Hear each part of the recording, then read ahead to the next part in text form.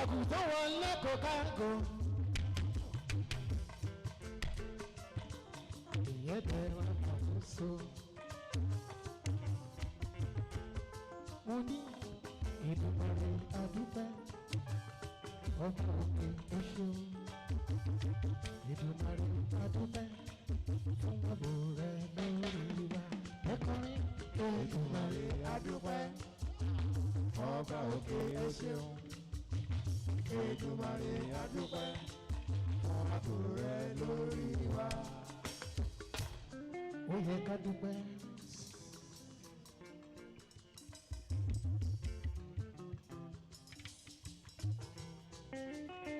orí tó lùkì tó lápẹ̀ tí ò bá fọ́.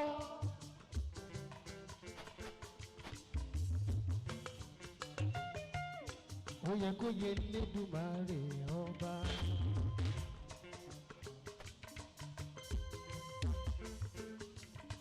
orí tó lùkì tó lápẹ̀ tí ò fọ́.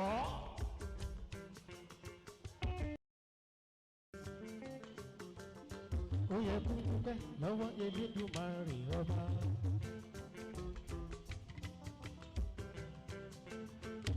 gbogbo yín la kí o a ò mà ló ń lòdì kan o. ẹ̀kú ìkàlẹ̀ ẹ̀kú ìkàlẹ̀ gbogbo yín la kí a ò lòdì ẹnìkan.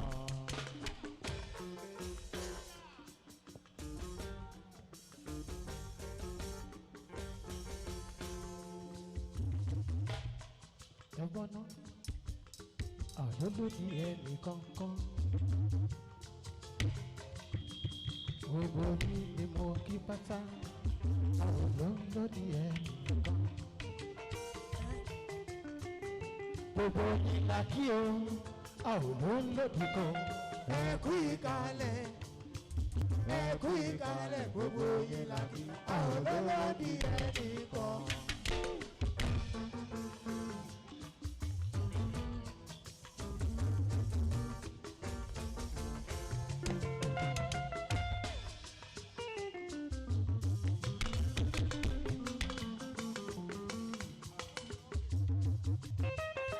nítorí MICHO ADE national 50 years on stage. ó kọjá kéré mi. ó yẹ ká dúpẹ́ lọ́wọ́ Elédùmarè ọba aláṣẹ. bó ṣe bá ọmọdé. bó ṣe bá àgbàlagbà. bó ṣe bá onílé. bó tún ṣe bá àlejò. bó ṣe bá gbogbo eléré tó ń bẹ. ẹ dákun ẹ jẹ́ kí bàbí ó ṣe.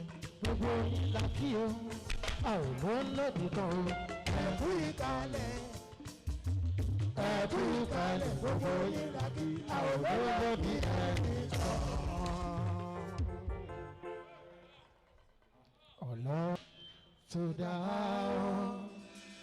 òkè ìgbà.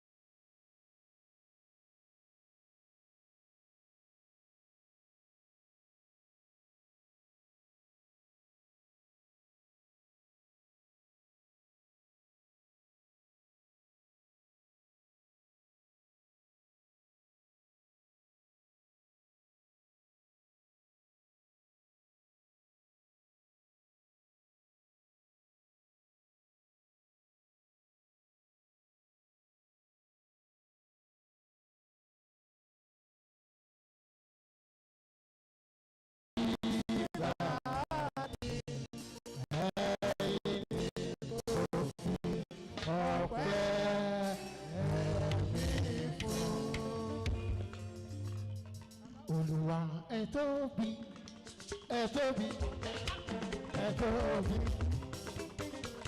Olúwa ẹ tóbi o, ẹ tóbi. Kò sóhun ká lè fi ṣàkàwé ẹ o, ẹ tóbi. Kò má sóhun ká lè fi ṣàkàwé ẹ o, ẹ tóbi. Olúwa, Olúwa ẹ tóbi, ẹ tóbi o, ẹ tóbi. Olúwa ẹ tóbi, ẹ tóbi o, ẹ tóbi. Kò sẹ́ni tá lè fi ṣàkàwé ẹ o, ẹ tóbi. Kò sẹ́ni tá lè fi ṣàkàwé ẹ o, ẹ tóbi. Olúwa.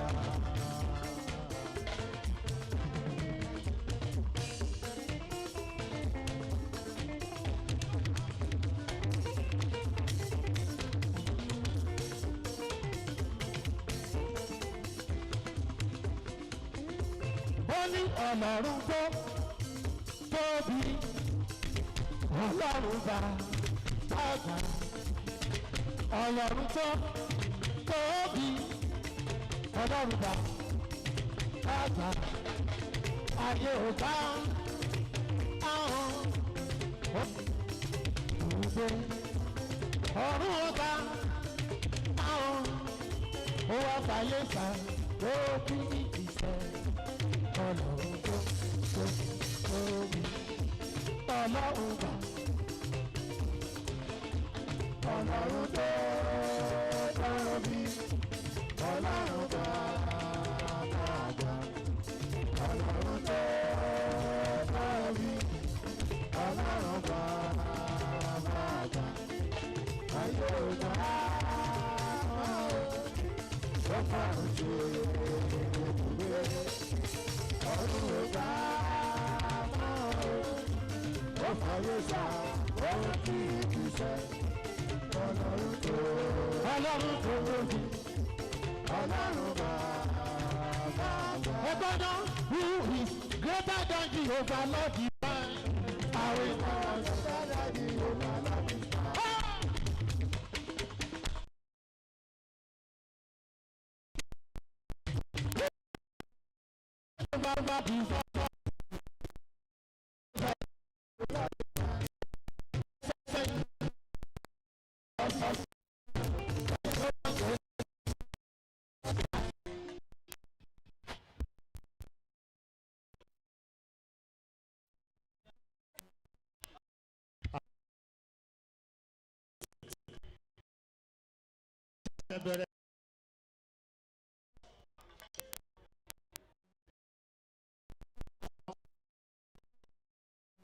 Bó tilẹ̀ wù kó kúkú ya ètò náà ni ó fọ̀.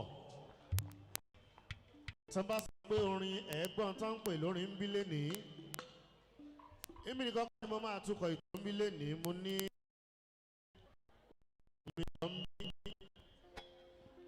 bó tiẹ̀ jẹ́ pé àwọn èèyàn máa ń ṣì wá mú síra wa, ṣùgbọ́n òun ga gan ju èmi lọ.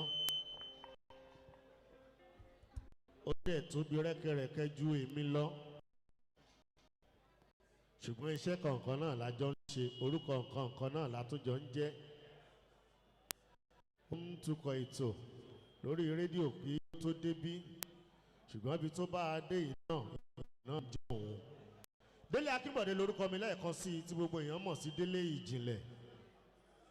Tó bá ń gbọ́ rédíò dáadáa, á ti jọ pàdé ara wa, àbí tó bá ń wo tẹlifíṣàn. Ibi tá a wá bá nǹkan dé yìí, a fẹ́ fi àwọn àlejò hàn wá.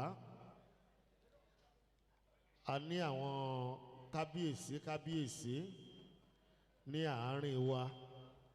Inú mi á dẹ̀dùn láti fi wọ́n hàn wá. Ẹ jẹ́ kí ẹnìkejì mi kó farahàn lé ká wá bẹ̀rẹ̀ ètò.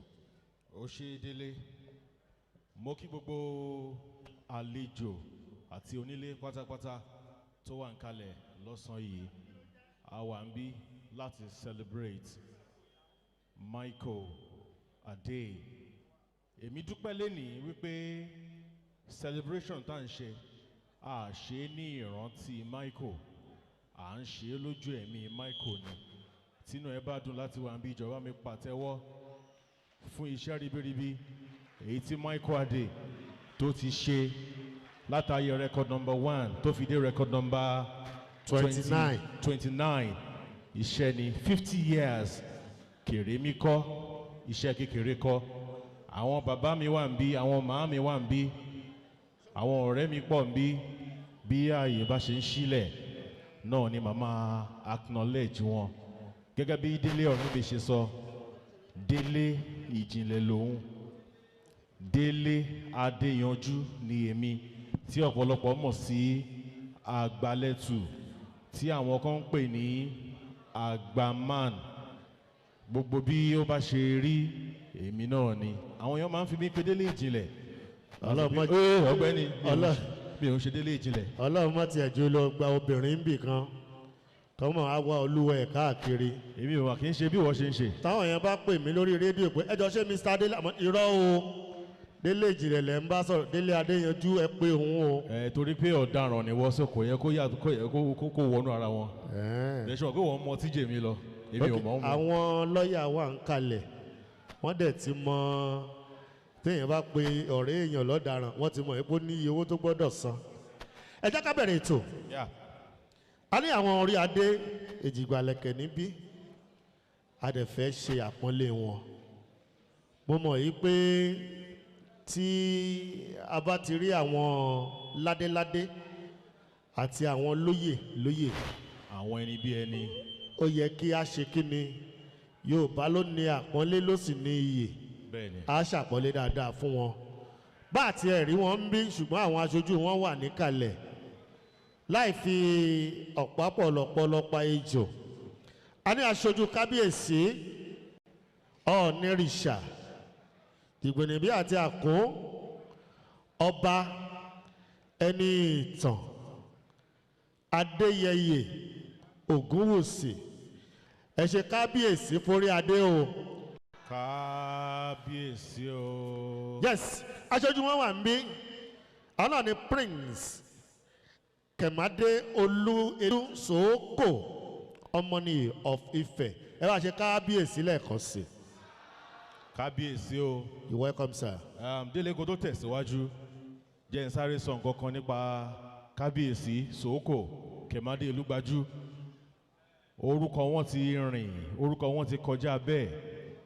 Tá bá ń sọ̀rọ̀ nípa àwọn tí wọ́n jẹ́ custodian àtorin ilẹ̀ wa àti tòkè òkun, yàtọ̀ sí pé a kàn ní orin lásán, gbogbo ìtàn tó bá orin kankan lọ òun ni Sòókò ní lọ́wọ́. Ẹ bá mi ṣe kábíyèsí fún ọ.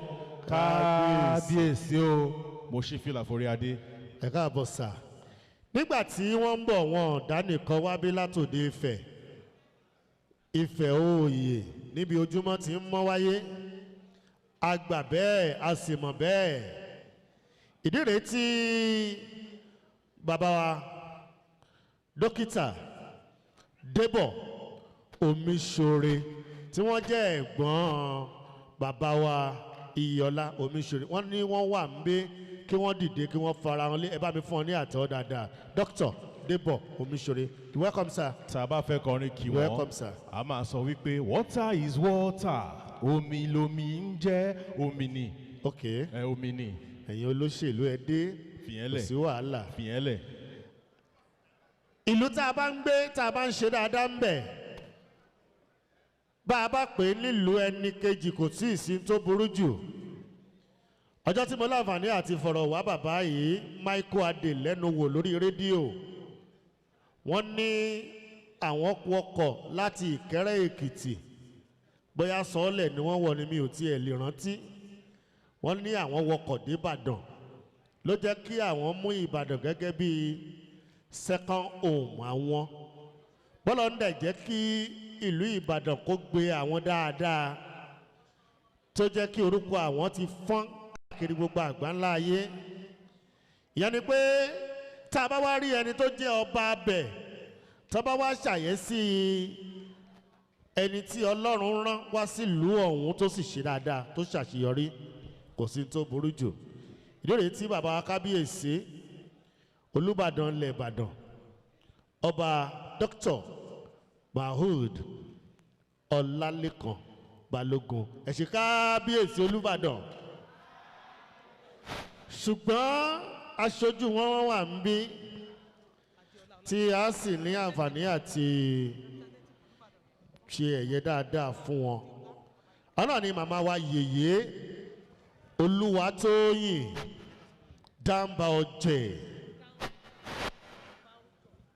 Damba Ọjọ́ wọ́n wà ń bí ẹ bá wa ṣe àwọn dà ẹ bá mi pàtẹ́wọ́ dáadáa fún wọn ẹ bá mi pàtẹ́wọ́ dáadáa fún wọn ẹ káàbọ̀ mà ẹ káàbọ̀ mà yes mo kí màmá wa dáadáa màmá wa Adéọlá Ọláyínká àwọn náà wà ń bí kí wọ́n juwọ́ sílé àwọn dà yes ẹ káàbọ̀ pápá la fẹ́ ṣe torí àwọn àlejò ti wà ń bí ọjọ́ dẹ̀rẹ́ àròjọ́ mùsùlùkùn ẹ ká láǹfààní àti fi alága hàn wá. Alága special event yìí àwọn ni Dr. Ọ̀túnba Ṣọlá Adéwùmí àti ìyàwó ẹ bá mi fi àtẹ́wọ́ gbé wọn. Ẹ fi àtẹ́wọ́ gbé wọn dáadáa ẹ bá fàtẹ́wọ́ gbé wọn dìde. Ẹ bá mi fi àtẹ́wọ́ gbé wọn dìde tí wọ́n máa jókòó sí. To the high table please. Ọ̀túnba Dr. Ṣọlá Adéwùmí. Bákan náà tá a bá ti ní alága ọkùnrin a máa ní alága obìnrin. Which is the chairperson. Ọ̀túnba of Ikereland. Okay, Ọ̀túnba yes, of Ikereland. chairperson lẹ́ni. Ìkẹrẹ kingdom ní. Okay, Ìkẹrẹ kingdom. Ẹ káre. Olúkálùkù ló lẹ́mpáyà tiẹ̀. Bó ṣe rí nìyẹn, èmi náà lẹ́mpáyà tèmi. Gbogbo àlùmọ̀ jàfẹ́ empire wa. Àgbálẹ̀tù village ti wa. Ẹ̀yin lẹ mọ̀. All right, tẹ́ bá ń gbọ́ evergreen. Àwọn bàbá kan wà, wọ́n ti ṣiṣẹ́ lẹ̀ dé ọmọ. Iṣẹ́ wọn ti wá di iṣẹ́ àrọ́mọdọ́mọ àfilẹ̀dọ́mọ. Tíṣẹ́ náà ò bá dáa kò ní ṣe é filẹ̀ dé ọmọ. Mo máa kí bàbá wa Fẹ́mi Ẹ̀ṣọ́ níbikíbi tí wọ́n bá wà lọ́wọ́lọ́wọ́ báyìí. Ọmọ wọn ni alága obìnrin fún event yìí. Arábìnrin Bímbọ́ Ẹ̀ṣọ́. Ẹ bá mi fún Bímbọ́ Ẹ̀ṣọ́ ní àtẹ́wọ́. Ẹ fún wọn ní àtẹ́wọ́ dáadáa. The managing director CEO Evergreen Music Company. Àtẹ́wọ́ yẹn ò tó ẹ fún wọn ní àtẹ́wọ́ dáadáa. Tẹ́ ẹ bá mọ iṣẹ́ tí wọ́n ń ṣe ní Evergreen ẹ máa pa àtẹ́wọ́ jù bẹ́ẹ̀ yẹn lọ. Àwọn ni wọn ò jẹ́ kí iṣẹ́ àwọn bàbá wọ̀nyí kó kú. Àwọn iṣẹ́ àwọn Àyìndé Bákàrè, iṣẹ́ high life, iṣẹ́ oríṣiríṣi àwọn ń preserve ẹ̀ ní the biggest custodian of high life music. Ṣé mo gbà á? Ẹ fún wọn láti ẹ̀wọ́ lẹ́ẹ̀kan sí. Ẹ fún wọn ní àtẹ́wọ́ yẹn jù bẹ́ẹ̀ lọ. Àtẹ́wọ́ yẹn jù bẹ́ẹ̀ lọ. Yes. Mo tajú kọ́ mo rí àwọn bàbá wa nínú iṣẹ́ ìgbóhùnsáfẹ́fẹ́ yìí. Tọ́lọ́run sì jẹ́ kí wọ́n di ẹ̀ka tó pọ̀ mú. Ọ̀mọ̀wé ni wọ́n sì jẹ́ ọ̀jìnì nínú ká ṣe ká tọ́ ká ṣe àgbéyẹ̀wò ká sì sọ òkodoro ká sọ níkò kí gbogbo ayé ó sì mọ̀. Identity wọn gbogbo ayé fi mọ̀ wọ́n ló sì ń jẹ́ kí ìtẹ̀síwájú máa dé bá wọn dáadáa. Tani mo sọ̀rọ̀ nípa bàbá wa ọ̀jọ̀gbọ́n olóyè dókítà Yẹmí Farounbi bàbá wa ń bí ẹ bá fún bàbá ní àtẹ́wọ́ dáadáa. Ẹ fún bàbá wa ẹ káàbọ̀ sà. Professor Yẹmí Farounbi ní àtẹ́wọ́. Ẹ fún ọ láti àtẹ́wọ́ yẹn ò tẹ́ mi lọ́rùn tó kí ló dé ẹ ń bá bí ọmọ tó jẹ́ ọmọ ológo bíi ti Yẹmí Farounbi ọmọ ló bí. Mo gbà á àbí mo ṣì í. Ẹ bá bá mú bàbá bọ̀ ní high table. Mo gbà á. Ok, ẹ káàbọ̀ sà. Àwọn àlejò tún wà ń bí àdẹ̀fẹ́ fàágù. A ní Alhaji Rasaki Èjìwùmí Ayẹni. Ẹ bá mi fún ọ ní àtẹ́wọ́ dáadáa. Bàbá yẹn máa bọ̀ ní apá òkè ń bí báyìí. Yes. We have Chief Fẹ́mi Fakunle, sorry. Ìjagun writing ilé of Ìjẹ̀ṣà land. ẹ má bínú mo sì máa revisit orúkọ yẹn orúkọ oyè yẹn. Jagunmólú of Ìjẹ̀ṣà land ṣé mo gbà á ẹ káàbọ̀ ẹ bá fún bàbá ní àtẹ̀mọ́ ṣe ń bọ̀. You're welcome, sir. A ní kí a ṣe àfihàn lẹ́ẹ̀kan sí aṣojú kábíyèsí Olúbàdàn ti ilẹ̀ Ìbàdàn ní gbogbo ibi tí Ìbàdàn dé. Yes. Kábíyèsí Olúbàdàn Lékan Mohud Balógun. Àwọn náà ni Yèyé Olútóyìn àti Prince Ayédùn Adéọlá Yínká tí wọ́n wá ṣojú lénìí. Ẹ bá mi ṣe kábíyèsí fún wọn. Kábíyèsí o. Àwọn òkú díẹ̀ lógún kì í sọ wípé ni wọ́n ṣe onígbọ̀wọ́ ẹ̀ ọ̀rọ̀ rédíò ti mọ́ mi lára. Iṣẹ́ tí àwọn bá dẹ̀ ti ṣe onígbọ̀wọ́ ẹ̀ iṣẹ́ yẹn ò tí ì tà wọ́n gbọ́dọ̀ ṣe onígbọ̀wọ́ ẹ̀. Àwọn àlejò wà ń bí adẹ̀fẹ́ ṣe pápápá gbogbo ìjọ CAC ilẹ̀ àánú wọ́n wà ń bí ẹ dìde ẹ kí hallelujah ńlá kan.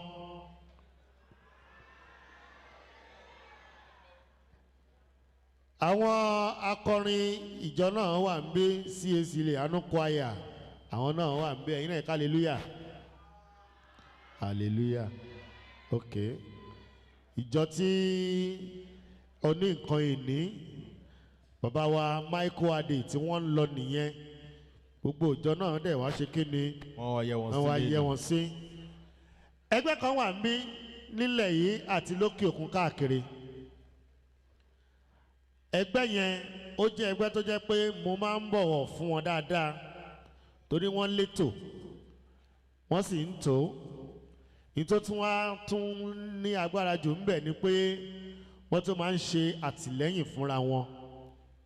Ẹgbẹ́ wo ni mò ń sọ? Association of Juju Musicians of Nigeria. Up Ajum! Ṣé ẹ̀ tí ì dé ni? Up Ajum! Ẹgbẹ́ Ajum wà ń bí ẹ bá mi fún ọ ní àtẹ́wọ́ dáadáa. Ajum, you're welcome. Ẹgbẹ́ tí bàbá MICHO ADE tí wọ́n belong sí nìyẹn àwọn náà wà ń bí. Àwọn àlejò tún wà ń bí wọ́n bá tún ṣe ń dé àájẹ́kẹ́ ẹ máa mọ̀ torí pé ojú ọjọ́ tá a wà yìí kò ṣeé dúró wò. Wọ́n fi ń tó mi létí pé bàbá wa the king of world bait kingsunnyadé wọ́n náà ti súnmọ́ tòsí ń bí. Ìyá Queen Ayọ̀ Balógun wọ́n náà ti súnmọ́ tòsí ń bí.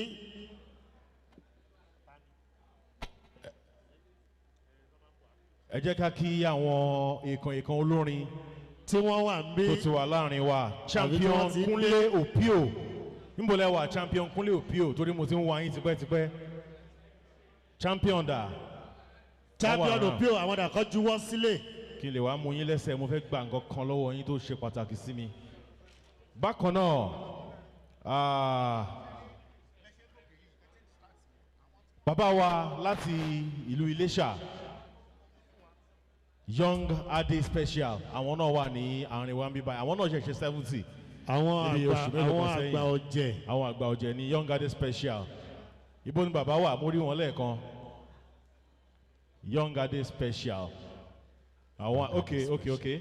Bákan náà Yomi Solo mo kí yín dáadáa. Also Akin George àwọn ni wọ́n kọrin fún wa lẹ́ẹ̀kan. Àwọn ìkan wọlé sínú gbọ̀ngàn yìí. Bí orúkọ náà bá ṣe ń tẹ̀ wá lọ́wọ́ la máa ṣe announcement wẹ́rẹ́wẹ́rẹ́. Distinguished ladies and gentlemen, here come an icon, our own African Michael Jackson, Dr. Yinka Ayefele Ọjà 1. A round of applause for Yinka Ayefele. A round of applause for Yinka Ayefele Ọjà 1. The chairman and the CEO, Fresh FM Nigeria, the chairman and CEO, Blast FM also. Everyone here tell that bí wọ́n ṣe ń bọ̀. Yinka Ayefele. Yinka Ayefele Ọjà 1. Aláṣẹ Fresh FM Nigeria. Àwọn ìtàn tó gbọ́ rí wà gbọ́ ń bí lénìí. Dr. Titus Ale. Bàbá wa bí ẹ̀kan juwọ́ sókè mẹ́ẹ̀. Dr. Titus Ale nìyẹn. Ògbóǹtarìgì sọ̀rọ̀sọ̀rọ̀. Wale Thompson náà ti dé ibo náà wà. Our own brother from another mother. Princess Ebisheni. Wale Thompson. Princess Ebisheni. Wọ́n láwọn náà ti wà ń bí báyìí. Ilé kúnlé ní. Bẹ́ẹ̀ni, ẹni ńlá ní í ṣe ńlá. Kọ́lọ̀ ń sì fún wa ní ojú ọjọ́. Michael Agoto láti pè Michael bí àwọn náà ṣe ń bá àwọn èèyàn ṣe. Ìkéde pàtàkì ẹjọ́ ẹ̀yin tí ẹ̀ ń fi fóònù distract attention ẹ lọ jókòó torí Ọlọ́run àní ya wèrè o. Ẹ̀yin tẹ́ ń fi fóònù ẹ má da kíní irú torí Ọlọ́run. Security please. Security. Kí ọjọ́ please. Security please. Ẹ jẹ́ kí àwọn èèyàn lọ jókòó. Security please. Pastor Olúwa tó wojú àti ìyàwó wọn wà ń bí báyìí. Pastor Olúwa tó wojú. Bákan náà Wálé Ògúndáre. Wálé Ògúndáre. Action. Action. Action. Wale Thompson nìyẹn. Wale Thompson nìyẹn. Ẹ rí i pé ilé ń kún wẹ́rẹ́wẹ́rẹ́.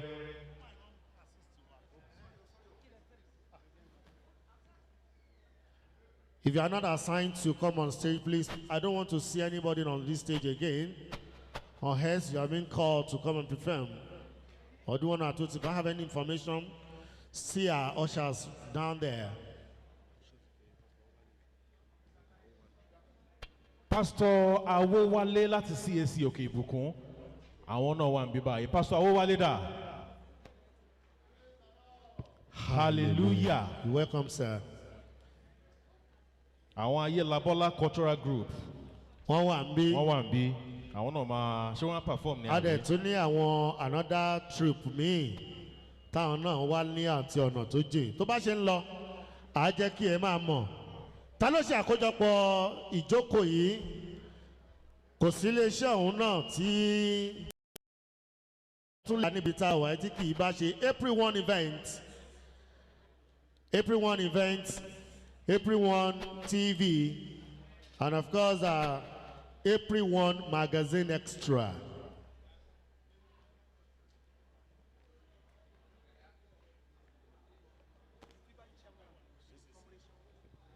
Wọ́n gbé sí wa létí wípé alága FIBAN ní ìpínlẹ̀ Ọ̀yọ́, Pastor Comrade Ṣeun Awódélé, wọ́n ti wà láàrin wa. The anointed presenter, you're welcome, sir.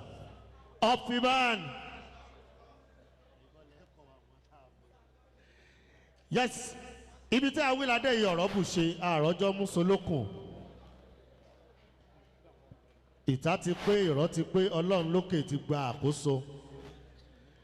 Ẹ jẹ́ kí Fọlá Slim kó máa múra sílẹ̀ torí a fẹ́ ka ọ̀rọ̀ díẹ̀ nípa bàbá wa Olóyè MICHO ADE. Torí pé òjò ó ti ń pa egún bọ̀ ọjọ́ ti pẹ́. Mo sọ fún wa lẹ́ẹ̀kan mo ní orí tó lugi tó lọ̀pẹ̀. Orí náà ò fọ́, ire náà ló padà dúró de ire ló padà rí. A bá wọn yọ̀, a bá wọn yọ̀, a bá wọn dúpẹ́ gan. Pé 50 ọdún nínú iṣẹ́ ayé èèyàn ń ṣe. Ọ̀pọ̀ ló ti padà, ọ̀pọ̀ ló tiẹ̀ ti lọ lú wọn. Ọ̀pọ̀ ló jẹ́ pé ó kàn ṣáà ń ta kò tiẹ̀ rò. Ṣùgbọ́n Bíbélì ní pé ẹni tó bá fi orí tì í dópin, òun náà la ó gbàlà. Inú wa dùn láti kí wa. Ká tó ṣe yẹn, à ń láti ẹ má bínú fún oversight yìí. Bàbá wa wọ́n ti wà ń bí tipẹ́tipẹ́. Bàbá wa àgbà ọ̀jẹ̀ nínú eléré. Lára àwọn tó ti bá wọn ṣeré rí méjì wà ń bí tí wọ́n ti di èèkàn. Dr. Yinka Ayefele wọ́n ti bá wọn ṣeré rí. Bákan náà iná ṣe lẹ́yìn wọn, wọ́n ta jìtá lẹ́yìn wọn rí. Wale Thompson wọ́n ti bá wọn ṣeré rí. Ẹ bá mi fún bàbá wa the Magbe crooner Uncle Toye Alimi Ajagun. Ẹ bá mi fún wọn ní àtẹ́wọ́. Uncle Toye Alimi Ajagun jẹun. Bákan náà gbogbo ìpínlẹ̀ Èkìtì ló wà ń bí lénìí. Yes. The entire Èkìtì state ló wà ń bí lénìí. Secretariat Èkìtì ti wà ń bí. Ẹ mọ̀ pé Èkìtì ní MICHO ADE. Táwa ló tukọ̀ secretariat ta ló ń ṣe gómìnà lénìí. Àwọn náà ni Barrister Wálé Òjó Lánre àti ìyàwó wọn. Àti ìyàwó wọn. Barrister Wálé Òjó Lánre and his wife. Ẹ̀gbọ́n ẹ kú jókòó sà. Bákan náà, a ní P-man governor níbí ilé ní P-man governor alàgbà Táíwò Ọmọtúndé wọ́n wà ń bí ilé ní Táíwò Ọmọtúndé. Mo kí yín. Uncle Táíwò, you're welcome, sir. Without wasting much of our time, we would like to invite the celebrant to come up here while Fola Slim will be able to read a citation. Ladies and gentlemen, here come the celebrant. Who am I talking about?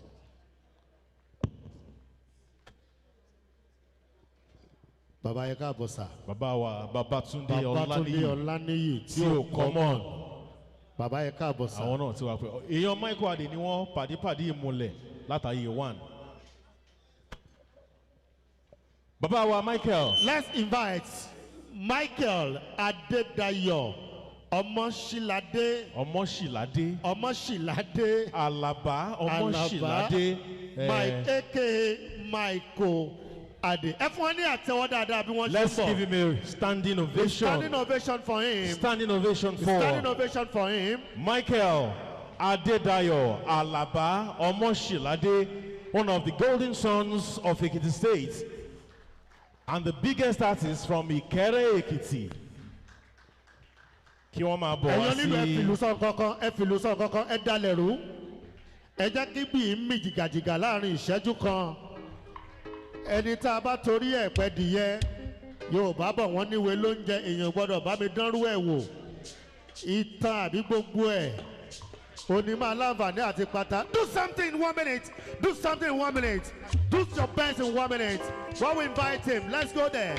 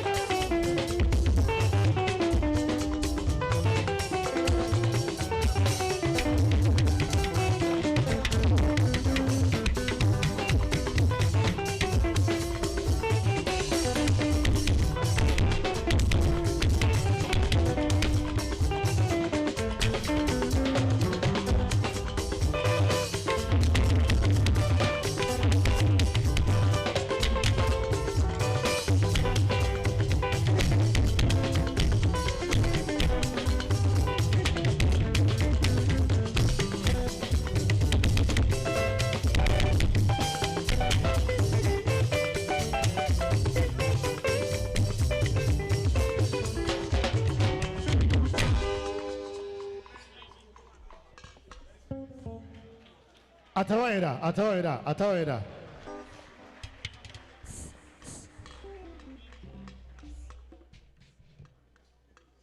Michael Adedayo Ọmọṣìládé, popularly known as MICHO ADE, was born on the 23rd of May, 1953.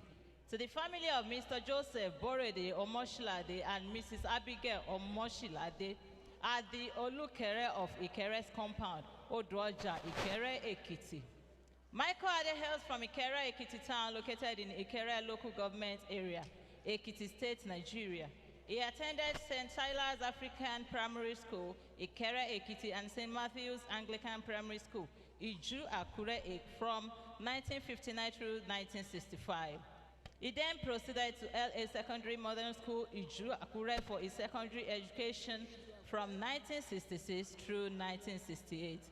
Between 1969 and 1976, Michael Adedayo Ọmọṣìládé, MICHO ADE joined the Josie Ayorinde and his Morning Star Band in Ikere, Ekiti, as a congarist and later rose to the position of accompanying culturist of the band. Michael Ade or Moshilade Michael Ade established his Michael Ade and his African Stars Band in Ibadan in 1977. The name of the band was changed to Michael Ade and the Golden Stars of Africa in 1991. Michael Ade released a total of 29 albums, with the first under his band name of Michael Ade and as African Stars Band being in Atiope in 1978. Ọba tó dá olówó in 1980, Ẹ̀yin Àgbà, Ẹ̀yin Ọ̀dọ́ in 1981. Ọba Arọ́mọláràn in 1982, Àríyá in 1983. Àṣejù in 1984, Dancing Love in 1985. Rocky System in 1987, Michael's Joker in 1988. Wedding Bell in 1989, Michael Ade released his first song under the band name Michael Ade and the Golden Stars of Africa, Oju Ogunlaye, in 1991.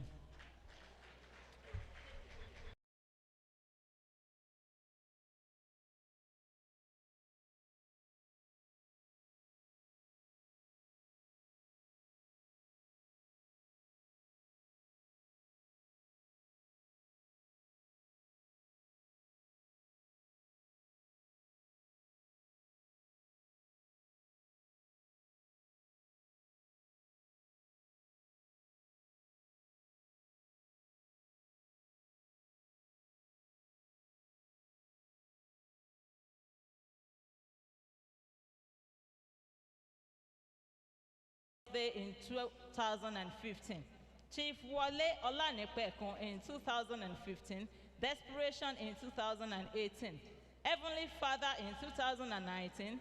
He has received several awards, which includes Golden Star of Oyo State Award by the Nigerian Association of Music Promoters, Oyo State Council in 1983. Grand Merit Award of the Supremes by the Supreme Club of Ogotun Ekiti in 1988. Grand Royal Music Emperor by the Students' Union, Oyo State College of Education, Ila-Orogun, now Osun State in 1990. Aṣáájú Amúlùdún of Ìkẹrẹ Èkìtì by His Royal Highness Ọba Samuel Adegboye Akayejotu, Ogoga of Ìkẹrẹ Èkìtì in 1991. Ogoga of Ìkẹrẹ Èkìtì in 1991. Juju Star of the Year by Federal Radio Corporation of Nigeria, Ibadan National Station in 1993, Ondo State Youth Ambassador by Ondo State Youth Association with Emphasis Communication in 1993. Mayor of Juju Music in Nigeria by Club the Sophisticates, Ondo State Polytechnic, Owo, now Rufus Giwa Polytechnic in 1995. Most Entertaining Musician of the Year by Dove Performers, Obafemi Awolowo University, Ile-Ife in 1996. Can Patron by Christian Association of Nigeria, Ward 1, Oluyole Local Government, Oyo State in Nigeria, 2002. Choir Patron by Christ Apostolic Church, Ileanu Academy Road, Orita Challenge, Ibadan in 2008. A true ambassador of Ekiti State by FRCN Radio Nigeria, Progress 100.5 FM, Ado Ekiti in 2013. Juju Music Ambassador by City People Entertainment and Association of Juju Musicians in Nigeria in 2013. Honorary Doctorate Degree Award in Christian Evangelism by Spring of Joy Bible College, Ibadan in 2013. Ekiti State Cultural Ambassador by Ekiti State Government in 2012. Michael Ade has performed in many places across Nigeria, in Africa and on the global stage. He has performed in African countries like Republic of Benin, Republic of Togo, Côte d'Ivoire, and so on. His first international show was in the United Kingdom in 1983, after which he had performed severally in the United Kingdom and some other European countries. Michael Adedayo, or Moshilade Michael Ade, is married to his heartthrob and is blessed with children. Ladies and gentlemen, I present to you Michael Ade.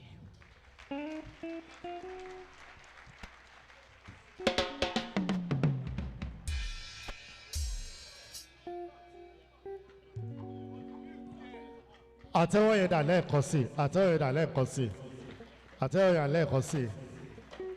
Is he gonna perform? Wọ́n sì máa kọrin.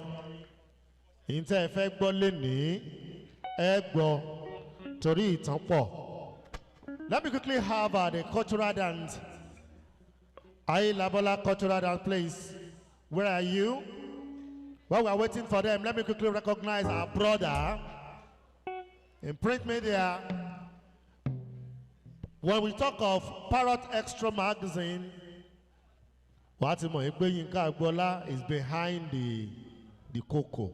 We recognize our brother YINKA AYEFELE of Parrot Extra magazine. F1 àtẹ̀wọ́ dáadáa. Gbogbo tó ń ṣẹlẹ̀ ń bí lẹ́ẹ̀rí lórí Parrot Extra. Àìmọye ìgbà láti hàn. Bọ̀dá full package ká ẹgbẹ́ lè sí o. Ẹ̀dẹ̀jọ́ wà ń kọ́lọ̀ dáadáa. Ojú ò ní tì yín. Ladies and gentlemen, where are the Ayelabola cultural troupe? Ṣé wọ́n ti ṣetán? Tọ́ bá ti ṣetán, a fẹ́ tẹ̀síwájú. Ara àwọn ìtẹ̀síwájú ẹ̀ náà ni pé díẹ̀ nínú àwọn olórin tó wà ń bí, pàápàá jùlọ àwọn tí wọ́n ti bá bàbá wa MICHO ADE ṣiṣẹ́ rí, wọ́n á sọ nǹkan kan díẹ̀ nípa wọn. Wale Thompson, YINKA AYEFELE, and so on and so forth. Here come Ayelabola troops.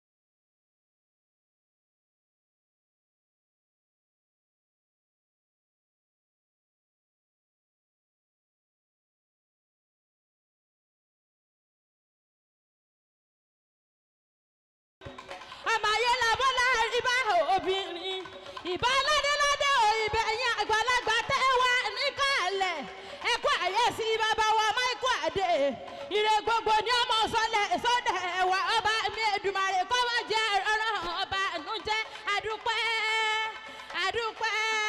ọlọ́run ojú tẹ́ni. Bàbá wa MICHO ADE ayọ̀ ẹ̀yìn lóde o ayọ̀ ẹ̀yìn lóde o.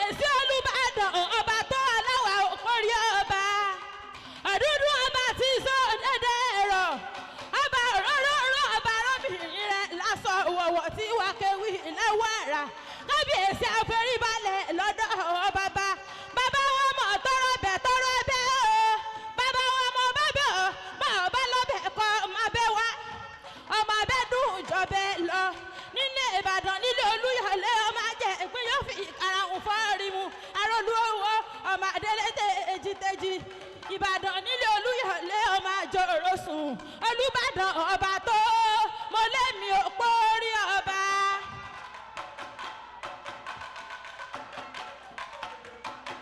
ọba tó mo lémi òpó orí ọba. ọba tó mo lémi òpó orí ọba. ọmọ balógun ọba tó mo lémi òpó orí ọba.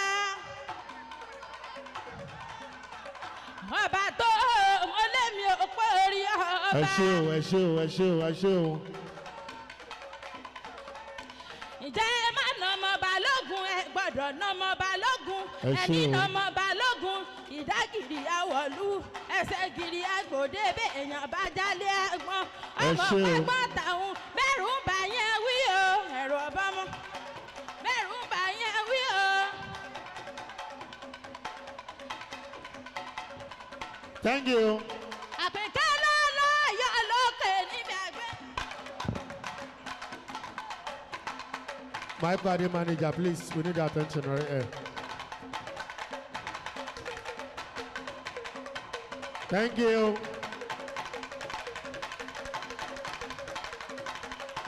Ẹ lè yẹ wọn sí tán bá ti ń lọ. Àtẹ́wọ́ yẹn dà, àtẹ́wọ́ yẹn dà, àtẹ́wọ́ yẹn dà. Back to back.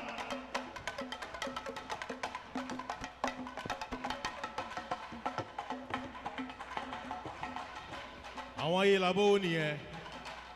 Ayélabọ́lá. ayélabọ́lá àbí. Yes. ayélabógo. Ladies and gentlemen, let's welcome the celebrant into our mix once again. Men on stage. Men on stage.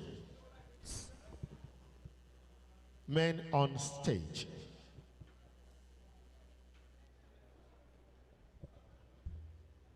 mo kí bàbá wa lámínà Ògúndìmú Lámì Ògúns àwọn náà ti wà ń bí tipẹ́tipẹ́ ìmùlẹ̀ ọ̀nkú tó yà jagun mo kí àwọn ìbejì tó ń fò lókè Twins Tourism Táíwò àti Kẹ́hìndé Ògúntóyè mo ní kẹ́ mẹ́mí náà travel ǹjọ́ kan màmá embarrass yín káàkiri. A fẹ́ gbọ́ díẹ̀ láti ẹnu oníǹkan ìní. Yorùbá bọ̀ wọ́n ní oníǹkan là á jẹ́ kó ṣe é. Bí kú ṣe kú, bí iṣu ṣe kú, bí ọ̀bẹ dẹ̀ ṣe bẹ́. A fẹ́ gbọ́ ní ṣókí. Àwọn èèyàn mẹ́sàn-án wà níkàlẹ̀ ń bí. Bí orúkọ wọn bá dẹ̀ ti ṣe ń dé ọ̀dọ̀ wa, à á jẹ́ kẹ́ ẹ máa mọ̀.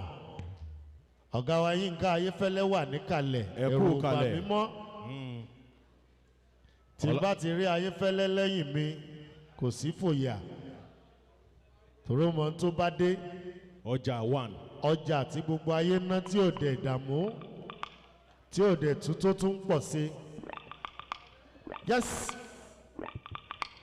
Wálé Thompson wà ń bí báyìí. MC Ansom wà ń bí báyìí. Ansom lọ́wọ́ Ọlọ́run àwọn ti Fresh FM Nigeria nìyẹn rédíò tó kárí ayé. Bàmí Michael Adeda kọ́ súnmọ́ bí pápápá àròjọ́ Mùsùlùkùn. àwọn báńdì ní àti ẹ̀ tí ìrò nílùú báyìí nítorí Ọlọ́run. Drum set àdá wàhálà mi pẹ̀lú àwọn olórin nìyẹn nígbà tó bá Ó láwọn àkọ́kọ́ wà tí ẹ máa gbọ́ ń bí lénìí tẹ̀ ẹ̀ tí ì gbọ́. It's all right. Lénìí náà lẹ máa gbọ́. Kí ló ṣẹlẹ̀ nínú ìrìn àjò Michael Ade? Pàápàá jùlọ tó fi bí orin èmi ò mọ̀ pójú ogun láyé o. Ìbámá ti múra sílẹ̀. Ọmọ tán ti bí gan nígbà yẹn ní 1991. Tí nǹkan kan ò bá ṣe ọmọ yẹn, tí orí ò dẹ̀ dọ́ta, ó gbọ́dọ̀ ti di dókítọ̀. Tí ò bá wá ní ogun ìdílé àbí nǹkan kan, oyè ó ti fẹ́ẹ̀ bímọ bíi méjì mẹ́ta. 1991 to this time, not a small journey. Baba Michael dà. ẹ̀ ń bá fẹ́ program yìí. Yes. ẹni tó bá fẹ́ títà ni o ó wà available fún ẹgbẹ̀rún kan 1,000 naira. Gbogbo ti fún tẹ̀dọ̀. márùn-ún Ìtẹ̀ fẹ́ mọ̀ nípa. mi ò gbọ́n tẹ̀ ń wé o. Olóyè 500 Michael aha Ade. wọ́n ní 500 ní o reduce Just price 500 naira. sòókò ẹ kú kalẹ̀ It's good you have it. Abímbọ́lá sorry Bímbọ́ Ẹ̀ṣọ́ Bàbá ẹ káàbọ̀ sir. trademark ẹ nìyẹn Bímbọ́ Ẹ̀ṣọ́ ẹni tó bá ń pe Abímbọ́lá ó ti ń kọjá àyè ẹ̀ Let's go there. Bímbọ́ Ẹ̀ṣọ́ kú kalẹ̀ Òní nǹkan òní ti dé. bàbá dé jagunjagun dé jagunjagun wọ̀lú ẹ̀ farabalẹ̀ Fún kí nìyẹn? nígbà tó ń sọ pé àwọn ojú ogun láyé ẹ ti bọ̀ pé jagunjagun dé jagunjagun wọ̀lú ẹ̀ farabalẹ̀ ẹ̀yọ́ nínú ìdá. Let's go, let's go, let's go, ẹ let's jẹ́ ń go. pèsè fún wọn. Are you ready? 1, 2, 3, come on.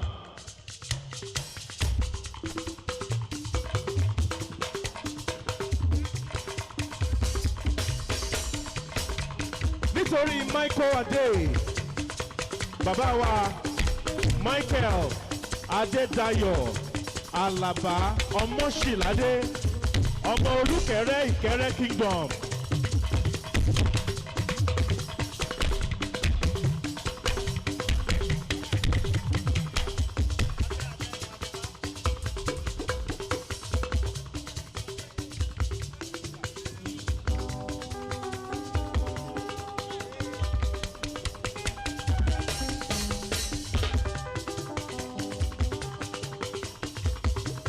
Ladies and gentlemen, put your hands together for MICHO ADE. Ẹ̀yin band, ẹ máa fún mi ní arrangement nsìn. Ṣé ẹ ti ready? All right, a 1, a 2, a 3, a 4.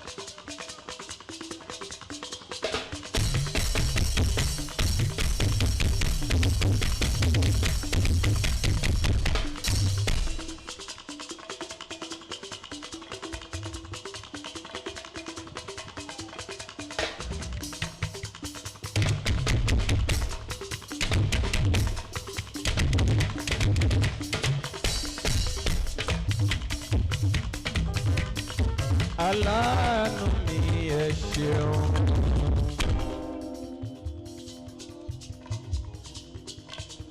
Olóore mi ẹ mà ṣeun.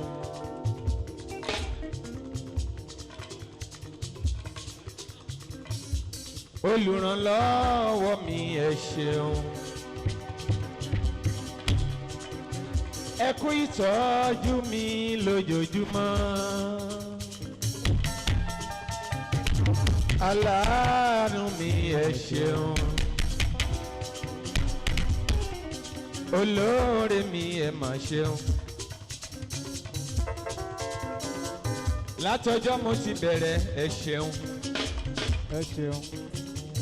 Látàádọ́ta ọdún sẹ́yìn ẹ mà ṣeun.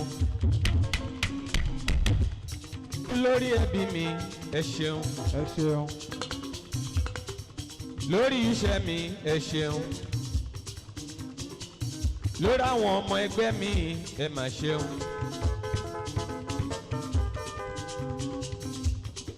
Ẹ kú ìtọ́jú mi lójoojúmọ́. Aláàánú mi ẹ ṣeun. Ẹ kú ìtọ́jú mi lójoojúmọ́.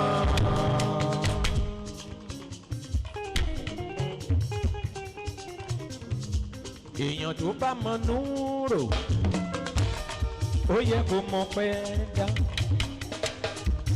Bí ẹrú bá mọ núrò ó mà yẹ kó mọ pẹ́ dá. Kódà bọ́mọ bá mọ núrò ọlọ́run ó yẹ kó mọ pẹ́ dá. Torí pé ọ̀pọ̀ ló rọ́jọ́ àná tí ò sí wọn mọ́ o. Àwa ta rọ́jọ́ èní agbára wa kọ́ o. A ti kọrin hallelujah. Àwa ni Olódùmarè lógo arúgbó ọjọ́. Ọba tí kò ní pẹ̀kun bàbá ò ṣe bàbá òṣè.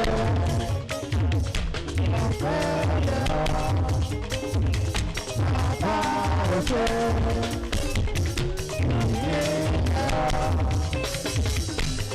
Aláàánú jùlọ, ọba olóore, ọba tó ti fẹ́, làwọn sì lóde, akọrin aleluya, ayé ẹlẹ́dùn, bàbá òṣè.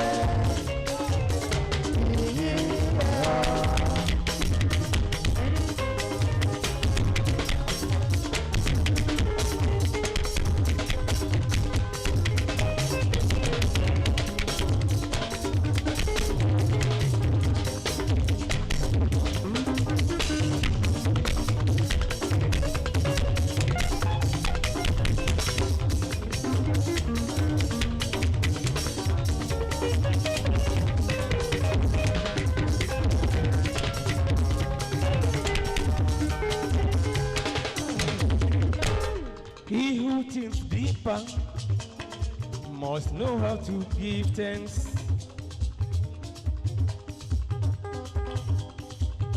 He who thinks deeper must know how to give thanks. Many live yesterday and they are no more. We are here and healthy, and it's by your grace. We shout hallelujah.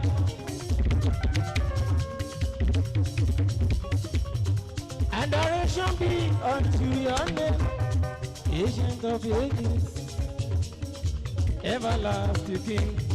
We thank you, Lord. We thank you, Lord. We exalt your name. We give you praise. We bless your name.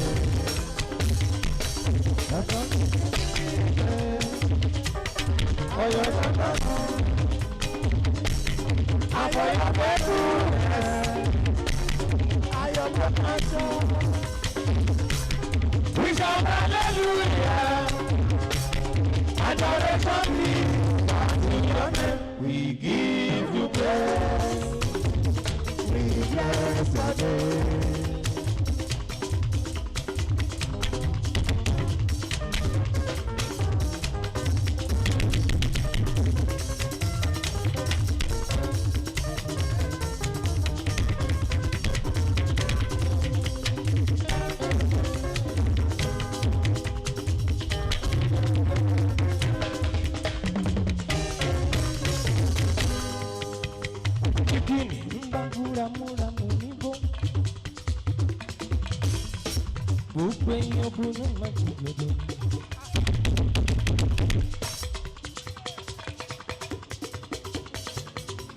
Mo wí pé bí kìnìún bá búramúramù nígbó, jìnnìjìnnì ẹ̀ á lu gbogbo ẹ̀dá igbó. Bí àrá bá sán tí kò ti jù ẹ́ pẹ́ lọ́nlọ́, bẹ́yẹn ọ̀kìn bá yọ lókèlè rere. Gbogbo ìyókù náà má ṣe yíyọ. Ẹ má dédé báyìí kò hàn dé bí lóde.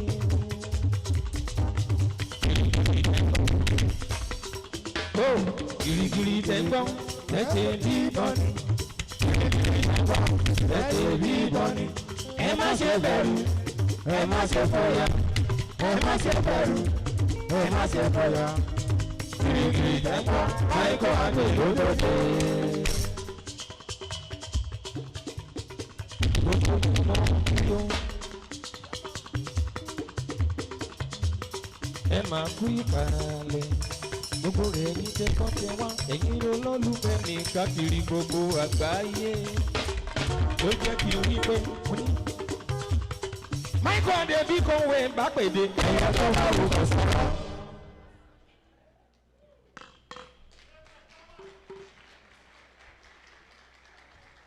MICHO ADE bí kò wé bá pèdé. Ẹ̀yà tó bá wù kó sọ̀rọ̀. Orin tí wọ́n kí dúró ní wàsá. Ìbíkọ́ ọ̀sán ni wù kó sáré sọ máa wọ̀ bẹ́ẹ̀. Odò ní wàmọ̀wàmọ̀, odò ní ṣùkẹ́ṣùkẹ́. Ìlú dókítà ògbẹ́yìn ojúmọ́ mi sì bẹ̀rẹ̀ òde talẹ́fà sábà bí o. MICHO ADE.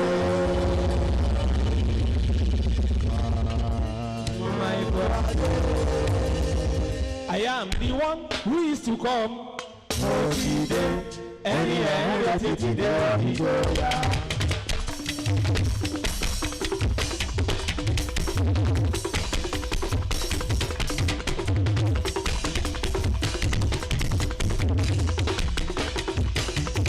I am the one who is to come. Òkìdé, ẹni ẹ̀rọ títí dé ìjọya. Michael Olùjẹ́ Adó Michael. Ẹ wo bí mo ṣe kọ̀dí wújẹ́, wo bí mo ṣe kọ̀dí wújẹ́. Torí pé èrè ń bẹ lára mi, ẹ̀jẹ̀ ń tó. Torí pé bísí mi bá pọ̀ lápọ̀jù, ó lè dà á rẹ̀. Èrè ń bẹ lára mi, ẹ̀jẹ̀ ń tó.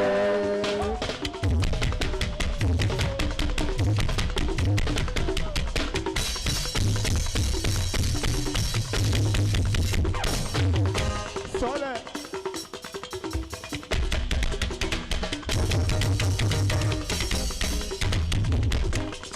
Thank you. Ṣé wàá sọ fún ẹ pé kò pọ̀ kẹ̀? Ṣé ó sọ fún ẹ pé kò pọ̀ kẹ̀? Bàbá yẹn sì wà ń bẹ̀ àbí ò sí ń bẹ̀? Tó bá wà ń bẹ̀ fún bàbá yẹn ní àtẹ́wọ́ dáadáa. Àwọn ò sábà lọ gbogbo patí. Ẹ lè rí délé ìjìnlẹ̀ lẹ́níwẹ̀ẹ́. Ṣùgbọ́n ibi tẹ́ ẹ bá máa ti rí mi, ibi tó máa ń ní ìtàn ni. Distinguished guests, ladies and gentlemen, we want to hear from our own icon, a legend indeed, a living legend, the chairman and CEO of Fresh FM Nigeria, the chairman and CEO, YINKA AYEFELE Incorporated, the chairman and CEO, Downtown Hotel Nigeria Limited, the chairman and CEO, Blast FM, the chairman and the CEO, everything and everything. That is our own legend, Dr. Olayinka Joel. Ìwọ náà tí wọ́n bí ọmọ ológo láyé fún bàbá yẹn ní àtẹ́wọ́ dáadáa.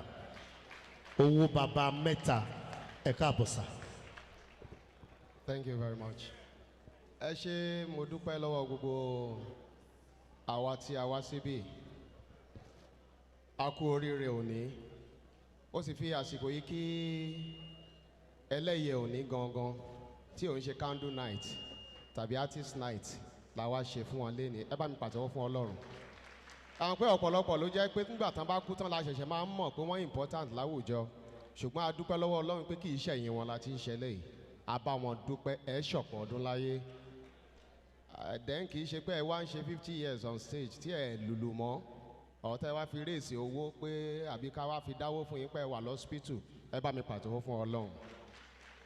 Ẹ̀bí MICHO ADE náà tún ń ta kébékébé lórí stage yìí. Ó ga ọ̀. Àwọn fẹ́ fà wá boys sílẹ̀. Ẹ̀yin ẹ wò mí ẹ wò wọ́n. Ta ló yọ̀ǹgì jù nù wa? Wọ́n tún yọ̀ǹgì jù mí lọ. Yes. Mo kí àwọn bàbá wa tí wọ́n jẹ́ aláwòṣe wa. Mi lè dárúkọ tán. Ṣùgbọ́n màá kọ́kọ́ dúpẹ́ lọ́wọ́ chairman mi. Ẹ jẹ́ kí n kò bẹ̀rẹ̀ lọ́dọ̀ bàbá tó yẹ Ajagun. Àwọn tí wọ́n jẹ́ ìpìlẹ̀ Ayéfẹ́lẹ́. And ìgbà tí chairman wá sọ́fíìsì ọ̀dọ̀ mi tí mo sọ ọjọ́ tí mo ta jìtá lẹ́yìn wọn, Gabriel lanu ni pé so chairman gan ò fẹ́ really mọ̀ pé mo play lẹ́yìn wọn and pé àwọn band leader àwa la máa ń wà níwájú. But máa ń sọ fọ́lọ́pọ̀lọpọ̀ pé mo play lẹ́yìn Wálé Thompson, mo play lẹ́yìn ọ̀gá MICHO ADE, mo play lẹ́yìn bàbá tó yẹ Ajagun as a guitarist. Kó tó di pé mo sá kúrò lẹ́yìn bọ̀dá Wálé, mo sá ni. Nígbà yẹn mo sá ìgbà yẹn mo fi join Radio Nigeria. Wọ́n persuade mi títí kí n má lọ, mo ní mò ń lọ. Mo wá lọ gbé bàbá Kérésì ní Radio Nigeria ńgbà yẹn. Now today we are celebrating an icon. Tá a bá sọ̀rọ̀ ìtàn orin ní Nàìjíríà, tá a bá yìí tí ì sọ, tá a dárúkọ MICHO ADE, ìtàn yẹn ò tí ì pé. Lẹ́ẹ̀kan ṣe bá mi pàtẹ́wọ́ fún bàbá yìí. Mo ń sọ níta lẹ́ẹ̀kan, ọ̀pọ̀lọpọ̀ lè máa gbọ́ Yínká Ayéfẹ́lẹ́, ṣùgbọ́n àwọn nǹkan kan wà tó jẹ́ pé mo wò ní àwòkọ́ṣe lára àwọn tí mo bá níwájú. Pátá ni mo ṣì ń wọ̀ kiri ipò tì nígbà tí bàbá yìí ti ń kọrin o. Seriously, mo rántí satin kan báyìí tán fi rán agbádá papọ̀ mọ́ tìsàlẹ̀ fún àwọn band boys wọn. Stage action pọ̀, wọ́n wá ṣeré ní ìlú wa ń gbà yẹn. Àwọn náà ni stage action kí eléré kí àwọn ọmọ elégbè kan kọ́kọ́ jó báyìí kan jó báyìí. Gabriel ńkọ́? Ó tún kú George, where is George? Akin George. Òun ya tiẹ̀ sí Ifẹ̀ ńgbà yẹn, òun wá lọ ń ṣe choreography pẹ̀lú àwọn student Ifẹ̀. Àbí mo parọ́? So kékeré ni mo wà ńgbà tí mo ti ń wo ọ̀gá MICHO ADE. Orin wọn kan wà tó jẹ́ pé di èní tí n bá ti parí eré, àgàgà tó bá jọ́mọ Èkìtì ni mo play fún, màá ti fẹ́ sọ pé mo ti ń lọ lé. Já lọ èrò já lọ óyá já lọ èrò já lọ alápàṣà owó alágbàlá ẹyẹ òwò rẹ. Óyá ẹ dúró láti ní ẹlẹ́kọ̀ọ́ dèrè ṣe bó lè dé ẹlẹ́kọ̀ọ́ dèrè. Tó mo kàn rán sẹ́ ẹni sùn, mo kàn rán yín létí ni. Ẹ̀yin àgbà ẹ̀yin ọ̀dọ́, ẹ̀yin àgbà ẹ̀yin ọ̀dọ́. Ó ti tó kẹ́ ẹ lè mọ̀ pé orin ti ẹ má fi dùrù tẹ́, kẹ́ ẹ lè mọ̀ pé àwọn orin ti sọ̀kalẹ̀. Ṣé ẹni tí ò bá gbọ́njú báyẹn kò tún wá gbọ́? Mi ò mọ̀ pójú ogun láyé o. Bàbá ti múra sílẹ̀. Láti ìgbà èwe ni bàbá ti múra sílẹ̀. Ìdùnnú àti ọkọ̀. Mbárẹ̀bù àtọ́ta, mbárẹ̀bù ẹlẹ́nu mẹ́fà. Láti jàjà òmìnira, tí bá lọ sí àwọn tó bá fẹ́ pè mí ìjà o. Bí bá ní pé ẹni gbogbo máa fi bẹ̀ ṣe kòtò ìjà o. Bàbá ò dákun dàbọ̀, ọ̀tá àwa ò láyé. Ilé dúró wà. Ayé mọ̀tá yọ̀ ọ́. Ayé mọ̀tá yọ̀ ọ́.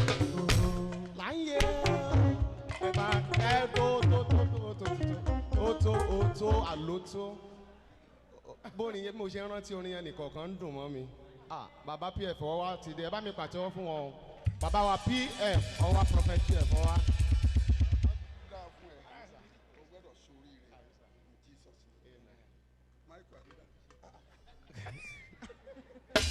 Ṣé ríṣẹ́ ń sìn MICHO ADE náà dàbí young boy lẹ́gbẹ̀ẹ́ mi. Bàbá ọwọ́ wa tún wá ń béèrè pé MICHO ADE dà. Wọ́n á lóra wọn nílò tẹ́yìn boys sì ń lóra wọn. Ìlò commercial ẹ woru làkàsà ń sìn. Tí MICHO ADE bá dó sẹ́gbẹ̀ẹ́ làkàsà, taná máa pè lẹ́gbọ̀n. Làkàsà ni ìlò commercial, ìlò mòlù ẹ̀ ló ń lo rẹ̀, ìlò mikra. À ń dúpẹ́ lọ́wọ́ Ọlọ́run ní pé èní ṣojú wa. À ń dúpẹ́ lọ́wọ́ Ọlọ́run pé èní ṣojú wa. Mo wá fẹ́ ká fi ọjọ́ òní sọrí nǹkan kan. Wọn ò rán mi níṣẹ́ yìí o, olùgbàlejò náà pè mí kí n kí yín pé ẹ káàbọ̀. Ṣùgbọ́n mo fẹ́ ká ṣe nǹkan kan lénìí, ká fi sàmì sí, ká sì jẹ́ kí bàbá yìí mọ̀ wípé òun léèyàn, kì í ṣe pé wọ́n wá tọrọ owó. Kì í ṣe jẹ́ pé ọ̀pọ̀lọpọ̀ tá a bá ti ṣe débì kan báyìí àlà launch foundation á kàn lọ bí ọjọ́ mélòó àbá nígboro foundation mọ́.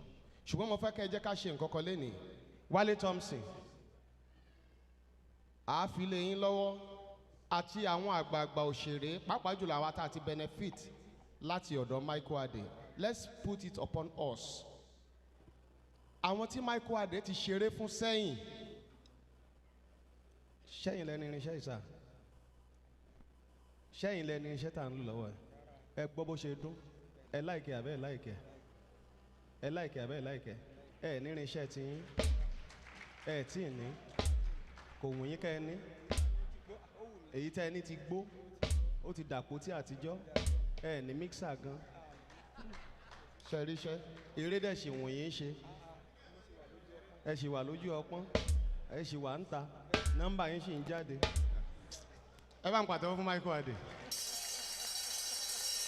ní tí mo fẹ́ ká ṣe ni wípé ẹ wo bí irinṣẹ́ ìṣe tó mi ò fẹ́ mọ iye tó jẹ́ ṣùgbọ́n àwọn tó ti jèrè Michael Adé sẹ́yìn pẹ̀lú ìfọwọ́sowọ́pọ̀ gbogbo wa mo fẹ́ ká ra irinṣẹ́ fún màá yín.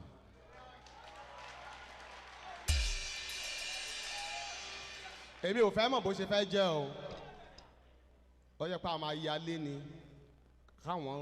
káwọn relax ẹ kàn fún wa ládírẹ́sì àwọn ilé tẹ́ ẹ ti ṣe àwọn tẹ́ ẹ ti ṣeré fún àwọn tẹ́ ẹ ti jọ lò gbà tán ti fi yín mu bíà àwọn pé àwọn olówó máa ń fi wá mu bíà ni fi wá mu wine àsìkò tó yẹ kẹ́ ẹ jèrè wàhálà yín irinṣẹ́ yẹn mo fẹ́ kó di ṣíṣe kí ọdún yìí tó parí before December mo fẹ́ ká tó wá launch new ultramodern musical equipment fún Michael Adé.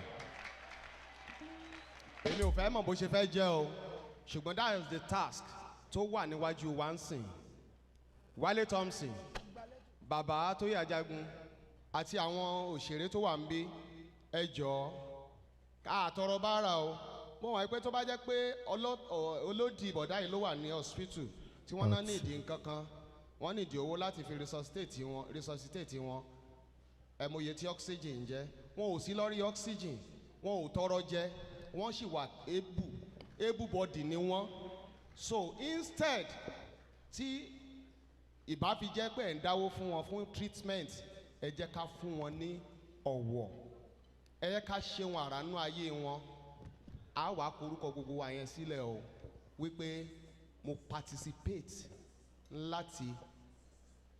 láti túnbọ̀ jẹ́ kí Michael Adé jèrè ogun èrè wàhálà o so mi ìmọ̀ bá ṣe fẹ́ ṣe I don't want to mention the price torí tí n bá lọ dá orúkọ owó kan sìn ó lè jẹ́ kó kéré tàbí kó lé àwọn kan sẹ́yìn bó ṣe wù kó kéré tó I want us to support this man in buying kì í ṣe pé a fẹ́ dáwó fún wọn ebi ò pa wọn o but I want him to be happy for the rest of his life. téèyàn bá ń rẹ́ǹtì irinṣẹ́ bọ̀dà àtẹ̀ kó irinṣẹ́ wa má bínú o bí ìgbà téèyàn ń sin onírinṣẹ́ ni a tún dúpẹ́ lọ́wọ́ wọn pé wọ́n fún wa ní irinṣẹ́ lò àjọ tá à ń dá tá à ní kó ṣùgbọ́n owó tá a fi ń rẹ́ǹtì irinṣẹ́ yẹn tá a bá fi ń ṣe maintenance a lè lo ìlàjì ẹ̀ láti fi maintain irinṣẹ́ lọ́sọ̀ọ̀sẹ̀ so bí ò tiẹ̀ pọ̀ kó tó yàn ṣeré bó jẹ́ a full set sake this is a task before us we have to work together to buy an ultramodern musical instrument for Chief Michael Adé. Thank you very much. ẹ ṣé mo dúpẹ́ o God bless you ọ̀gá ẹ ṣọ̀pọ̀ ọdún láyé o ẹ ní ṣàìsàn ẹ ní fàìsàn ló gbà.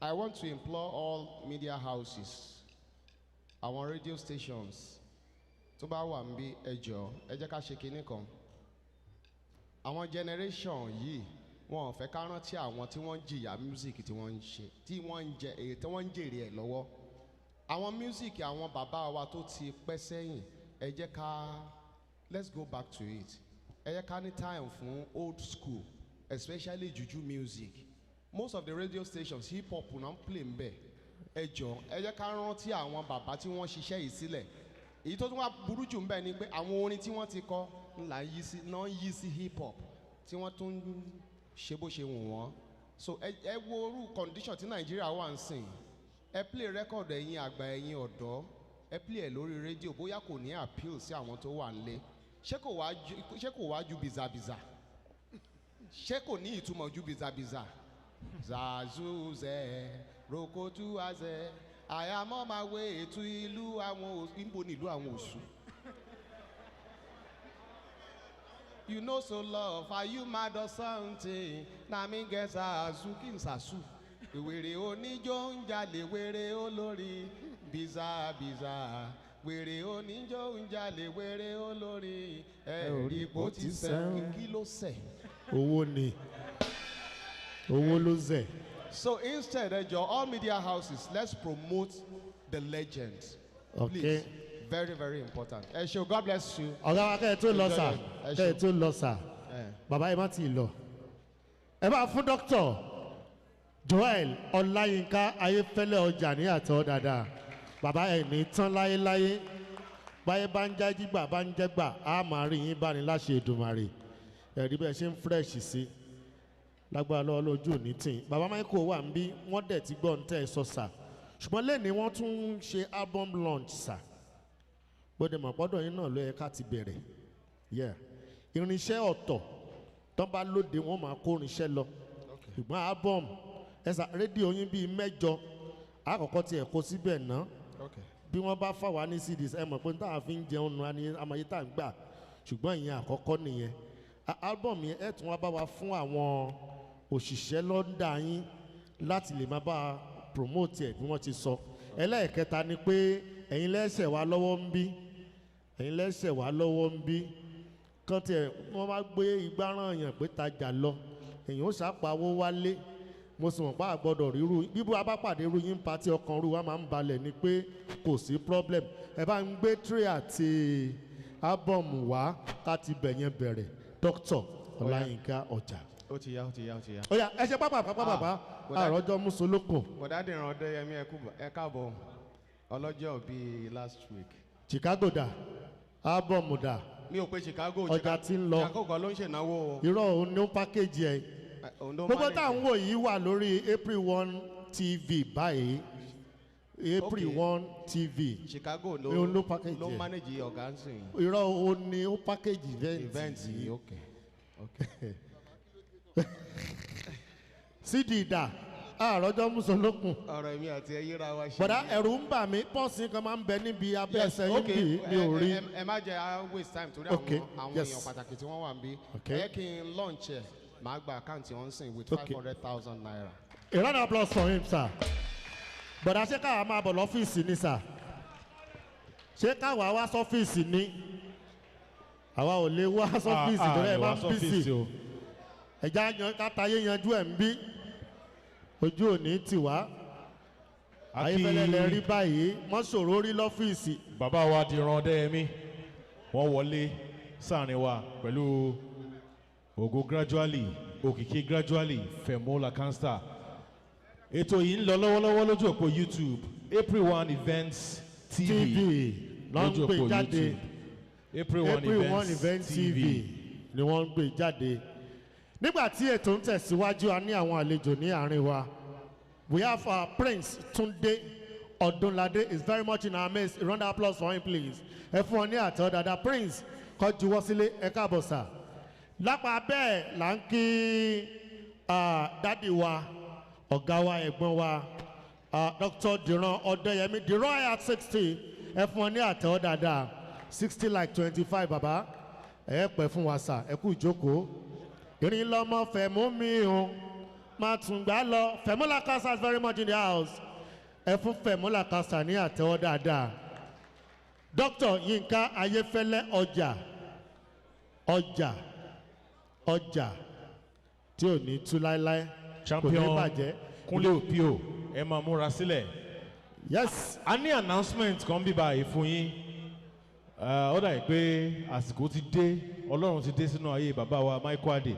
Sir, ẹ ti travel, ó ti tó gbà wò báyìí sir. MICHO ADE sir. Ẹ ti travel, ó ti tó gbà wò. Tẹ́ ẹ ti travel, tẹ́ ẹ ti kúrò lé. Tẹ́ ẹ ti kúrò Nigeria last. Ó ti tó bí 10 years. Kì í ṣe ti Ivory Coast o, èyí tẹ́ ẹ lọ sókè òkun tẹ́ kúrò ní Africa. Iléeṣẹ́ alálùbáríkà kan wà announcement kan wà fún yín. Ẹ máa bọ̀. Iléeṣẹ́ alálùbáríkà wà níbí tí wọ́n sọ nǹkan kan tán ní fún bàbá MICHO ADE. A kí Ọlọ́run látara gbogbo ènìyàn tó jókòó pátápátá torí pé ìṣẹ́jú péréte ni mo ní.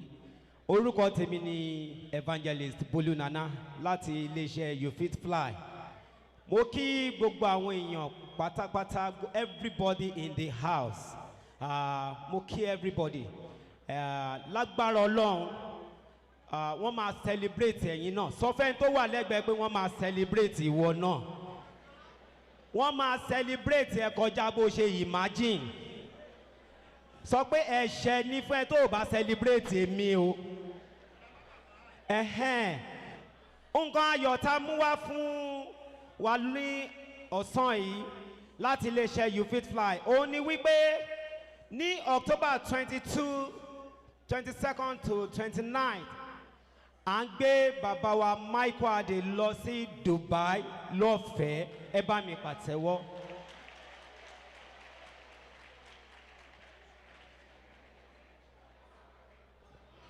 A dẹ̀ fẹ́ kí èèyàn 50 kí wọ́n join wa. ṣé lọ́fẹ̀ẹ́ náà. Kì í ṣe lọ́fẹ̀ẹ́. àtọ̀nbalẹ̀ mi ti wà ń bẹ̀ o. àjọlọ gbádùn nítorí Dubai mo ti lọ wípé ti pẹ́ ẹ̀gbọ́n o. mi ti sọ̀rọ̀ lẹ́ẹ̀kan wọ́n ní káwọn olórin ṣe tapá tiwọn. ká lọ sinmi. Eléyìí àwa fẹ́ jẹ́ kí gbogbo ènìyàn bá wa rin ìrìn àjò yìí lọ sí ìlú Dubai pẹ̀lú bàbá wa MICHO ADE láti celebrate 50 years on stage. Lágbára Ọlọ́run bá ṣe máa rin ìrìn yẹn a máa gbọ́ ní Fresh FM, a máa gbọ́ ní Lágelú, a máa gbọ́ lórí ètò Àgbàlẹ́tù, and so on and so forth. Ẹ jọ̀ọ́ ẹ pàtẹ́wọ́ fọ́lọ́run látara tèmi náà. àtẹwọ́ yẹn dà. Ẹ ṣé o. ẹ ṣé o You Fit Fly ojú òní tìyín o. èmi ò lè kí n torí ẹ̀ gbé mi lọ MICHO ADE lẹ̀ ń gbé lọ MICHO ADE ó wà kí yín lé. Yes, ladies and gentlemen, we want to recognize a man of God in our midst. Bàbá wa Reverend PF Ọwá bàbá ti wà ń bí. Ẹ bá mi fún wọn ní àtẹ́wọ́ dáadáa. Ẹ fún wọn ní àtẹ́wọ́. Ẹ fún wọn látẹ́wọ́. Yes, àwọn alága wà ń bí tí wọ́n share occasion yìí. A máa gbọ́rọ̀ láti ọ̀dọ̀ wọn. Torí pé ètò wà lórí rédíò fún Dr. Yinka Ayefele ló jẹ́ ká sáré yanjú àárín yẹn. Ẹ má bínú sà.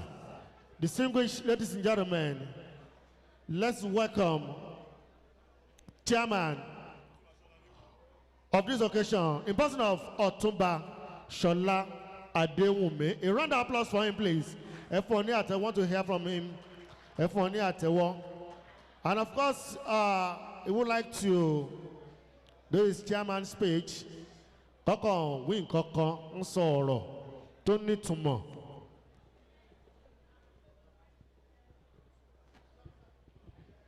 Ọ̀túnba Ṣọlá Adéwùmí. Adéwùnmí àwọn ni alága ń bí. Àádẹ́ gbọ́rọ̀ nípa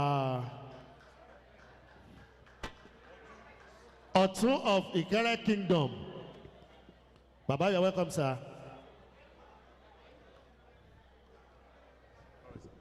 Ẹ káàbọ̀, sir. Yes, sir.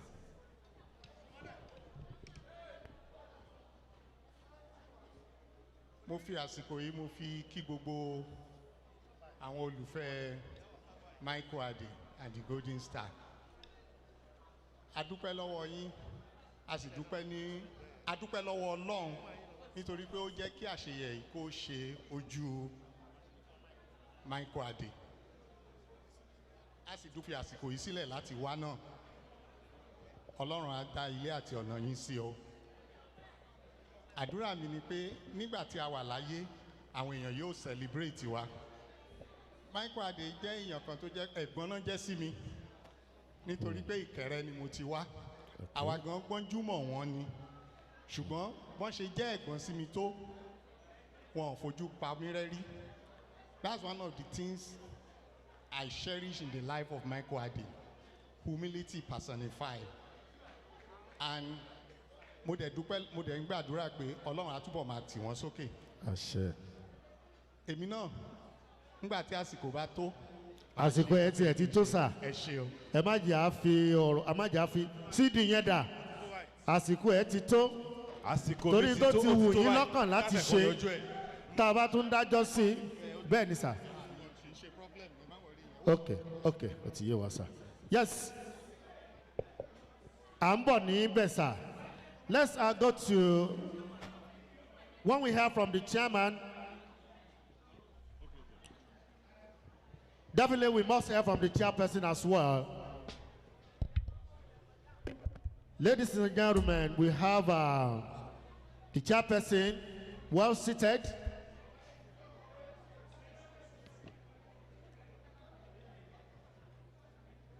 And we would like to invite her. Okay. Let me quickly invite Chief Mrs. Bimbo Esho to come and say one or two things about the celebrant as well. Because about the ọkùnrin tó jẹ́ alága, a tún gbọ́dọ̀ rí obìnrin náà tó jẹ́ alága. Ẹ fún wọn ní àtẹ́wọ́ bí wọ́n ṣe ń bọ̀. Ẹ fún wọn ní àtẹ́wọ́. Jam hands together for her, please. Ẹ fún wọn ní àtẹ́wọ́. Ẹ fún wọn látẹ́wọ́. Tí àwọn ìyá wa bá ti sọ̀rọ̀ débì kan, à bọ́ sí launching proper. Ẹ má bínú mà. Ṣé ká fẹ̀kọ́ mú bí àbí? Okay. Bá ń fún wọn ní microphone.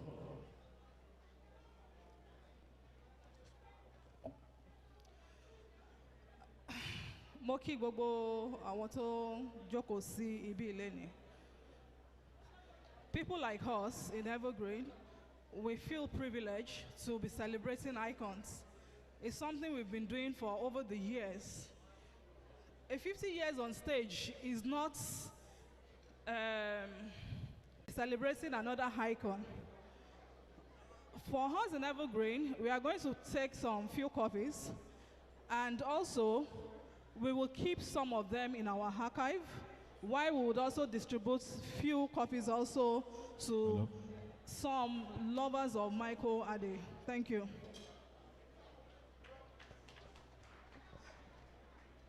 Madam, I think we should go to the launching proper as well. Well,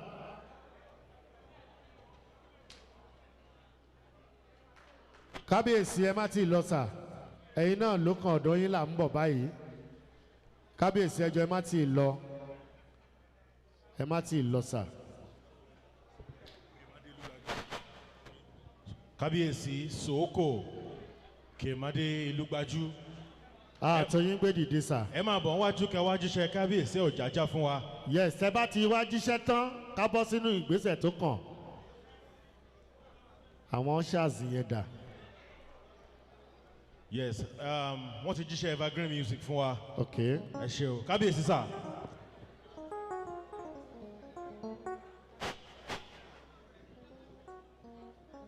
Mo kí gbogbo wa táwa nù gbọ̀ngàn yìí. Bàbá wa tí wọ́n jẹ́ alága tèmi. Ẹ kú kalẹ̀. Màmá Bímbọ́ Ẹ̀ṣọ́, Àjíkẹ́ Ọ̀kín. Ẹ kú kalẹ̀. Bàbá olóríire tòní, MICHO ADE. Mi ò mọ̀ ojú ogun láyé o. Bá má ti múra sílẹ̀. Láti ìgbà èwe ni bá má ti múra sílẹ̀. Bá wá ìbọn adá àti ọkọ̀. Bárẹ̀tù àtọ́ta. Bára bọ̀ ẹlẹ́nu mẹ́fà. Láti jàjà òmìnira. Ń bá lọ sílé ẹni tó bá fẹ́ pè mí ní ìjà o. Tí ń bá délé ẹni gbọ́dọ̀ máa fi bẹ̀ ṣe bùgbé ìjà. Bàbá ò dákun dàbọ̀. Ọ̀tá ò. Ẹ kú àìgbàgbé. That is one thing I fancy about MICHO ADE. I will not say I was too young, but I was younger than he is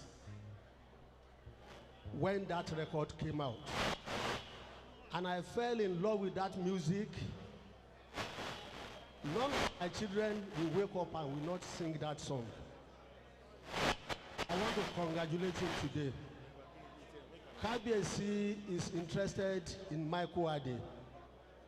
Let me just tell you that I have a duty to perform in Abuja, but Kábíyèsí said I must be here for certain reasons. And I'm here today. MICHO ADE, let me deliver a message. Mo fẹ́ rí yín o. Ọ̀gá Michael dà ẹ súnmọ́ bí ẹ̀yin tẹ̀ ń sáfù oúnjẹ yẹn. Ẹ má jàjà o.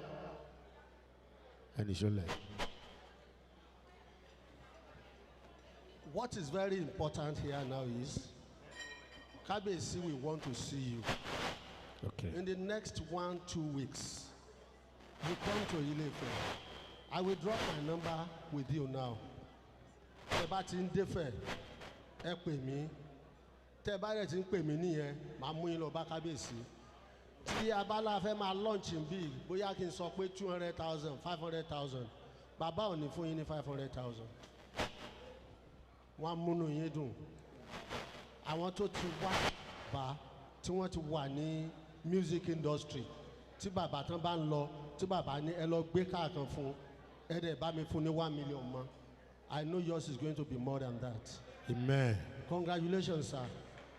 I don't know who is having my number here. Who do I give the number? Somebody come and pick my number. Bàbá Soko sà, inú wa dùn sà. Lágbára Ọlọ́run á máa rí yín bá. Kí bàbá lè fi nǹkan kan jíṣẹ́ tán bá délé, ẹ bá mú CD méjì. So a wá gba iṣẹ́ títí bàbá Soko gangan.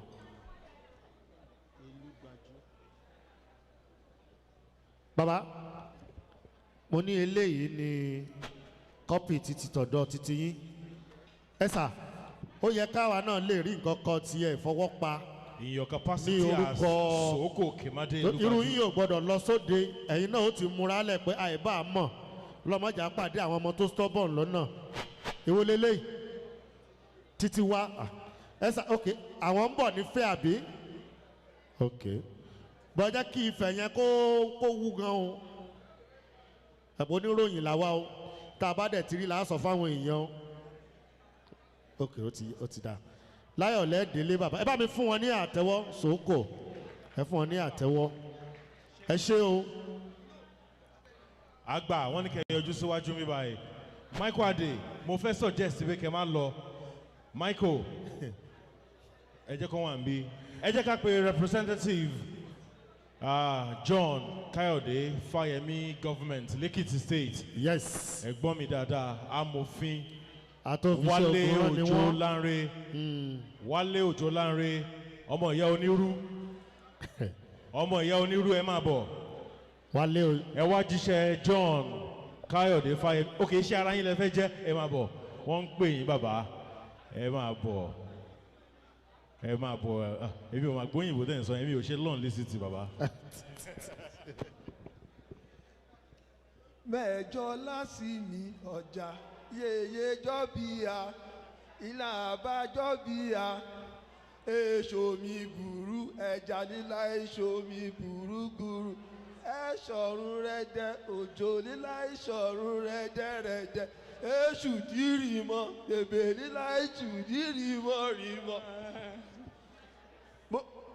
Mo kí kẹtẹrin kẹlíbe ìmọ̀ bínú èdè Èkìtì ni máa sọ. Torí Èkìtì ni mo ti á láàárọ̀ ló gbà kí mo ti yán àná.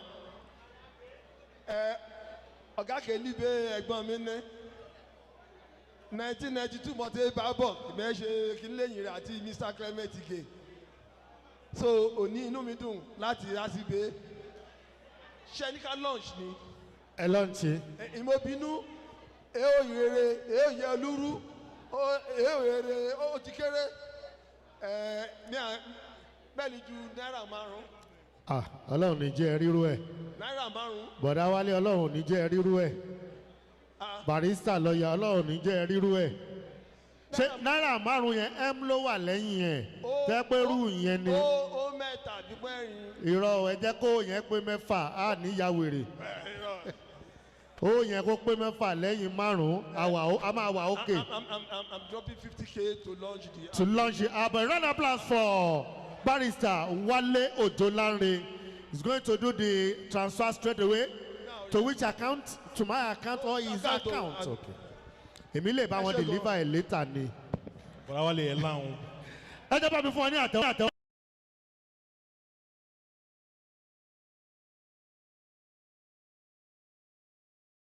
Ẹ rógò lápá. Wálé Òjò láàrin ọmọ ìyá onírú. Bọ̀dá wọ́n ní account number tí owó á wọlé sí. Irú àwọn owó bẹ́ẹ̀ yòókì ń dájọ́ sí tó náà lè gbàgbé. Àwọn máa ń gbàgbé nǹkan. Ẹlòmíì ò fi gbogbo ara níyẹn. Èèyàn lè gbàgbé. Èèyàn bá tètè sáré fi. Yes, I have.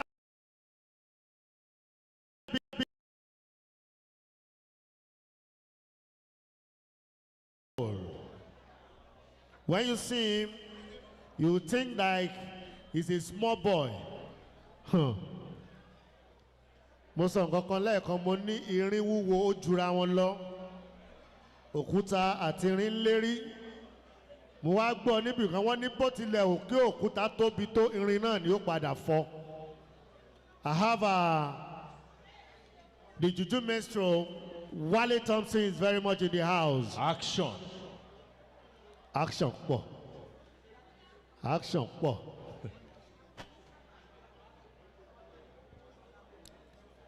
À ń bọ̀ lọ́dọ̀ Bọ̀dá Wálé. Let's quickly invite Chief Ṣọlá Ọmọ́pọ̀.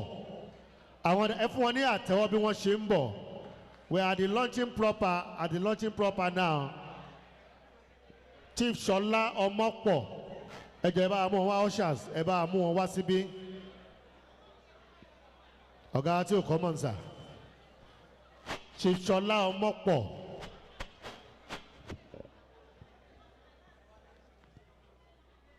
Ọ̀dọ̀ wọn ni àwọn àbáyé.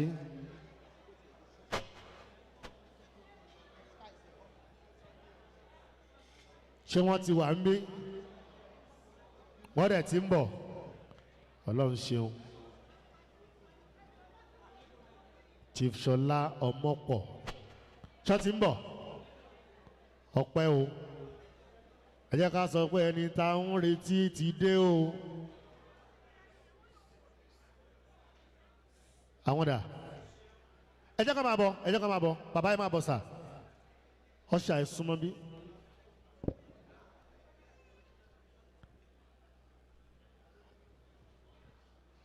Olóyè Ṣọlá Ọmọ́pọ̀. Ẹ káàbọ̀ sà. Ẹ máa wọlẹ̀. Inú wa dùn láti rí yín sà. Praise the Lord. Hallelujah. Praise the Lord. Hallelujah.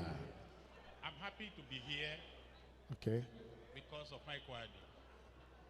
I've been away since last week and I returned to Ibadan this morning and I said I must be here. I'm tired. Okay. But I won't be tired in case of MICHO ADE. Amen. Oh So God. I won't stay long, but I will launch the new record with 50,000. 50,000 naira. A round of applause for Daddy. 50,000 Ẹ ṣe gan naira. bàbá wa, inú ò ní tán owó yín, ẹ kú fẹ́. Ọ̀túnba Ruben Famuyibo, Barrister Ruben Famuyibo, wọ́n ní kí n pè yín kẹ́ máa bọ̀ wájú. Àwọn ni ọpọ́n sún kàn. Bàbá tó ṣe 60 bí ọdún mélòó kan sẹ́yìn, Ebenezer Obey ló ṣeré ń bẹ̀. Délé Adéyanjú, inú mi máa ń dùn tí èèyàn bá ní àwọn èèyàn pàtàkì lẹ́gbẹ̀ẹ́. Torí èèyàn, òun náà láṣọ èèyàn. Ẹjọ́ ẹ̀yin tẹ́ ń fin kínní funfun yìí, ẹjọ́ ẹ̀jẹ̀ stop ẹ̀. Mi ò tiẹ̀ fẹ́ lé mi mọ́. Káráyè ríran ráwọn èèyàn gidi. Tí wọ́n fún tẹ́ ń dáná gidi Ọ̀túnba àbẹ̀wò rẹ̀. Ruben Famuyibo. Àtẹ̀wá fẹjú ranjú. Ẹ kú kalẹ̀, Uncle Tóyè Alimi Ajagunjẹun. Sẹ́ríkì bàbá. Sẹ́ríkì olórin nu. Sẹ́ríkì bàbá. Ààrẹ. Wọ́n ti gba promotion ẹ̀. Ààrẹ Sẹ́ríkì. Ọ̀túnba Ruben Famuyibo à ń retí yín wájú mi báyìí. Àwọn dà. Bàbá àgbàlagbà. Ojú ọpọ́ tá a wà yìí kí kẹ́kẹ́ kó parére. À ń ṣe ìfilọ́lẹ̀ album àti ṣíṣe àkójọpọ̀ bí irinṣẹ́ tuntun. Irú ohun tí wọ́n wà kalẹ̀ yìí. Tí olórin ò bá tú ọ̀nà dárìn, kò lè kórú irinṣẹ́ báyìí lọ sóde. Àwọn anointing gan tó pélé wá, wọ́n ní kàtígórì báyìí kàtígórì. Wẹ́n bá mówó kékeré lọ́wọ́, yóò mú irinṣẹ́ kékeré lọ. Mẹ́yàn bá dẹ̀ sọ pé mo fẹ́ jẹ́ kí wọ́n mọ̀ pátí yẹn o. Owó náà ní gbogbo ẹ̀. Bẹ́ẹ̀ bá dẹ̀ fẹ́ ṣe ti kóló lálágbólé sáìsì ẹ wà. But Dr. Ayefele ti ní irú eléyìí làwọn fẹ́ dáwó rà. Ọlọ́run ó dẹ̀ jẹ́ kó ṣeé ṣe láṣẹ Ìdùmarè. Àmì à ń retí Ọ̀túnba Ruben. Ọ̀túnba Ruben Fámọ́yìnbọ̀ ni à ń dúró dè sà. Ọ̀túnba Ruben Fámọ́yìnbọ̀. Ìkéde tí ẹ ò sanwó fún ọba orin ti wà. Níbí. Láàrin wa. Wow. Kingsunnyadé. The king award bait. Àwọn ni wọ́n wà lẹ́nu ọ̀nà yẹn, ladies and gentlemen. Ladies and gentlemen. Ẹ máa wọ ìyẹn padà síwájú. Ìwọ gan ẹ̀físì ẹ̀ pọ̀. Ṣùgbọ́n mo mọ̀ pé wọ́n bọ̀ láàrin wa. Tí bàbá máa wọlé ẹ̀ lè mọ bí tí wọ́n gbà wọlé. Wọ́n rí unannounced ní rí wọn. Tẹ́ bá ń wọ ẹnu ọ̀nà yẹn ó lè jẹ́ pé ẹ̀yìn stage náà gbà wọlé. Kódà wọ́n lè gbanú rúùfù sọ̀kalẹ̀. Ẹ kàn gborin tó máa jáde ni. Àbísàn ni Adé kọ́. Bàbá yẹn ẹ̀físì wọn ti pọ̀ jù. Pápápá àròjọ Musolókun Ọ̀túnba Dr. Ruben Fámọ́yìnbọ̀. Barrister. Mo rántí ilé ìtura wọn kan ní Olúwo ńlá lọ́wọ́ òkè. April 1 dà. Mi ò rántí ẹ̀ mọ́. Lẹ́ẹ̀kan mo rí Yinka James Adonai ẹ̀gbọ́n wa dáadáa. Yes. Ẹ̀gbọ́n náà máa ṣe 50 lọ́dún. Adonai tó náà múra láti ṣe 58. Níbo ni Adonai wà? Yinka James. Ẹ̀gbọ́n máa ṣe 50 lọ́dún yìí. Wọlé Glory. Wọ́n dẹ̀ look like 40. Mr. Packaging. Bó ṣe lórí ẹ̀ náà ni. Wọ́n lò ra wọn dáadáa. Wọ́n náà ṣe ń gbọ́n Táyéfẹ́lẹ́ sọ ń pa Làkásítà. Apostle ni tí làkà yẹn. Ṣùgbọ́n station oníkálukú ọ̀tọ̀ọ̀tọ̀ ni o. Bọ̀ bí làkà ṣe wà yẹn náà ẹ bó ṣe ń wò bí ọmọ 23. Ìyọ̀ náà ló rẹ̀ ó manage ara ẹ̀. Làkásítà. Èyí ó tiẹ̀ bá dìrọ̀ ìrìn èèyàn ní mọ bí ó ṣe manage ara ẹ̀. Àwọn dìrọ̀ ìtàn manage odidi gọ́vnọ̀. Táwọn ni Làkásítà. Làkásítà.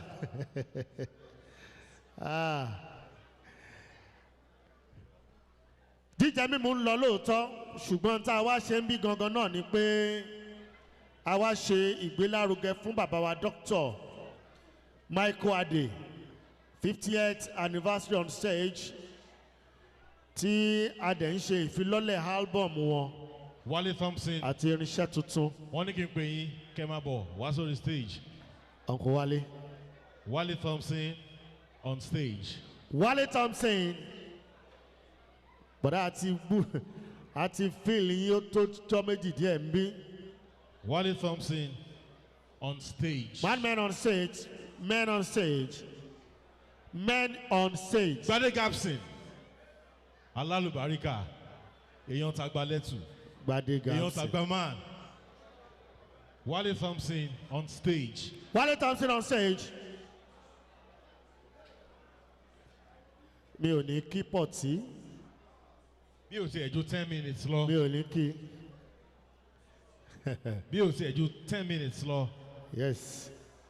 Champion Kúnlé Òpíò ńkọ́ ṣé wọ́n ṣì wà láàrin wa? Champion Kúnlé Òpíò. Gbogbo bí bẹ́ǹtì ṣe ń lọ ó wà lórí April 1 Event TV. So mind bí wàá ṣe máa gbé síbí sẹ́nu o. Kò sí ibi tí kámẹ́rà ò lè gbà yọ o. Àtẹ̀yìntẹ̀ máa ń kó wáìnì sínú báàgì ẹ lọ ṣọ́ra yín. Ṣé Champion Kúnlé Òpíò wà láàrin wa? Kámẹ́rà ń lọ kiri oríṣiríṣi là ń rí lórí social media. Mo kí ẹ̀gbọ́n mi dáadáa. Ẹ má fojú fine girl wẹ́ anybody ebi wà ń gbòòrò o. Èjì rẹ̀ ò yí làkì ẹ̀dùn jọ bí ọba ọmọ Táíwò Ọmọ́túndé.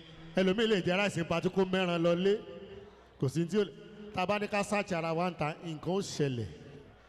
Ẹja nìṣó. Men on stage. Men on stage. One set lọ́wọ́. Men on stage. Táíwò Ọmọ́túndé. Kí ló dé gbogbo irun yín funfun báyìí? Mo súnmọ́ yín lẹ́ẹ̀kan ẹ ti ń stress ara yín jù ẹ máa dẹ́ẹ̀dẹ́ẹ̀dẹ́ o. Ọ̀gbẹ́ni ṣé dókítà ni wọ́n ni? Dókítà ni mi o. Ṣé o mọ éèjì wọn ni? Ṣé ẹ máa ń sùn ṣá? Kí n tiẹ̀? Ṣé ẹ máa ń sùn? Good. Wọ́n sùn náà ń dán tó báyìí. tí stress tó bá ti yọ owó Wálé Thompson kí fẹ́ ẹ mọ bọ́. stress ara ẹ ní. ọkọ Wálé you welcome sir ẹ bá mi fún Wálé Thompson ní àtẹ́wọ́ dáadáa Wálé bí wọ́n ṣe Thompson ń fẹ́ rí bọ̀ bọ́ fẹ́ jábọ́ Wálé rí bọ́. Thompson. Ẹ ní jábọ́ láíláí. Action pọ̀. Ara àwọn tó ń mi Ìbàdàn nígbà tó ń mi Ìbàdàn wọ́n tún lọ mi Èkó pé ní jùjú ìṣe ẹ fẹ́ ńlá Wálé Thompson. Ọmọ popular jingo. Níjẹ̀bú Òde. Ìjẹ̀bú Gbó ni. Ìjẹ̀bú Gbó ok. Ẹ fún wọn ní àtẹ́wọ́. Ẹ fún wọn ní àtẹ́wọ́ dáadáa Wálé Thompson. Bọ̀dá tí n bá dàgbà bí èjì bí mo ṣe fẹ́ máa múra rèé. Wálé Thompson ò máa ní kúléwé. Èyí ó ti mú nǹkan jẹ tán yányán. Ọlọ́run ṣàánú. Wálé Thompson ò máa ní kúléwé. Odògbó.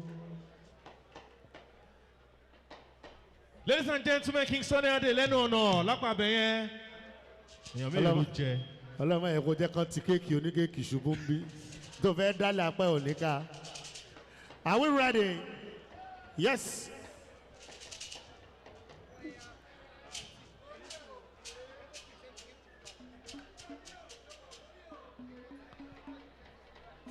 Come on. Choir committee, Òkè Àánú, CAC, Ilẹ̀ Àánú, Michael Ade dà, ṣé wọ́n wà nítòsí? Ó yẹ Michael Ade ká sáré ṣèyẹn kúrò bẹ́ẹ̀.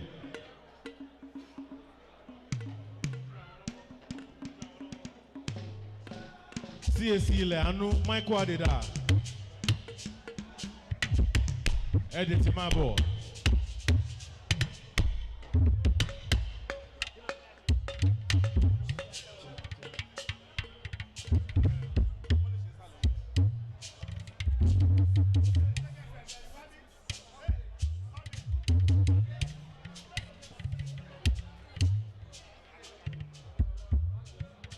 Michael Ade.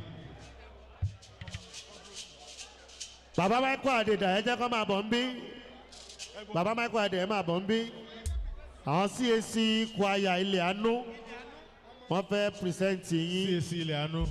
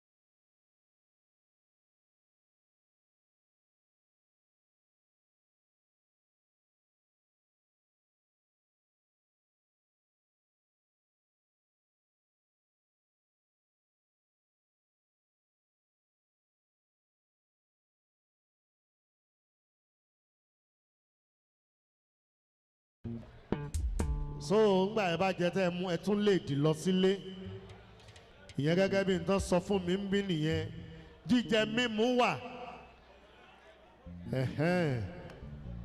jíjẹ yàrá nìkan ni kò sí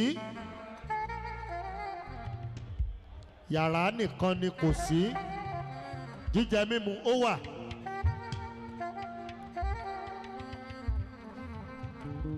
Are we ready?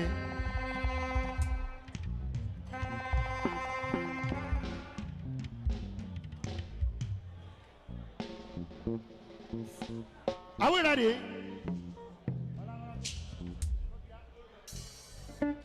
Here come.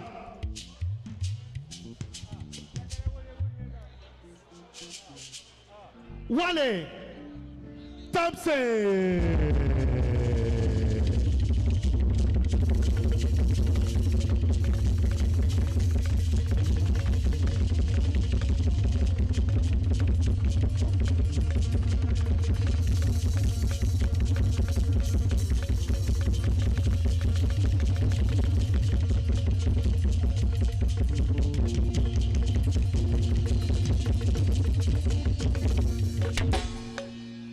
Ẹ̀dá jìnnìjìnnì bọ́lẹ̀.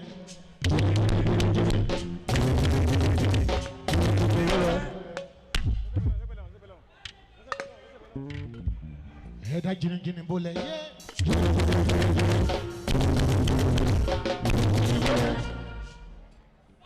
Kí kẹ́kẹ́ parí rè. Wọ́n lè tọ́ sí gbéra.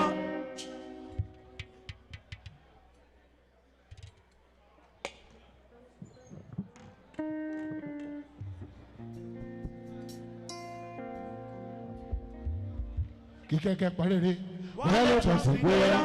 Olóògùn lọ́lọ́dún wọ́n lè tọ́ sí lọ́lọ́dún.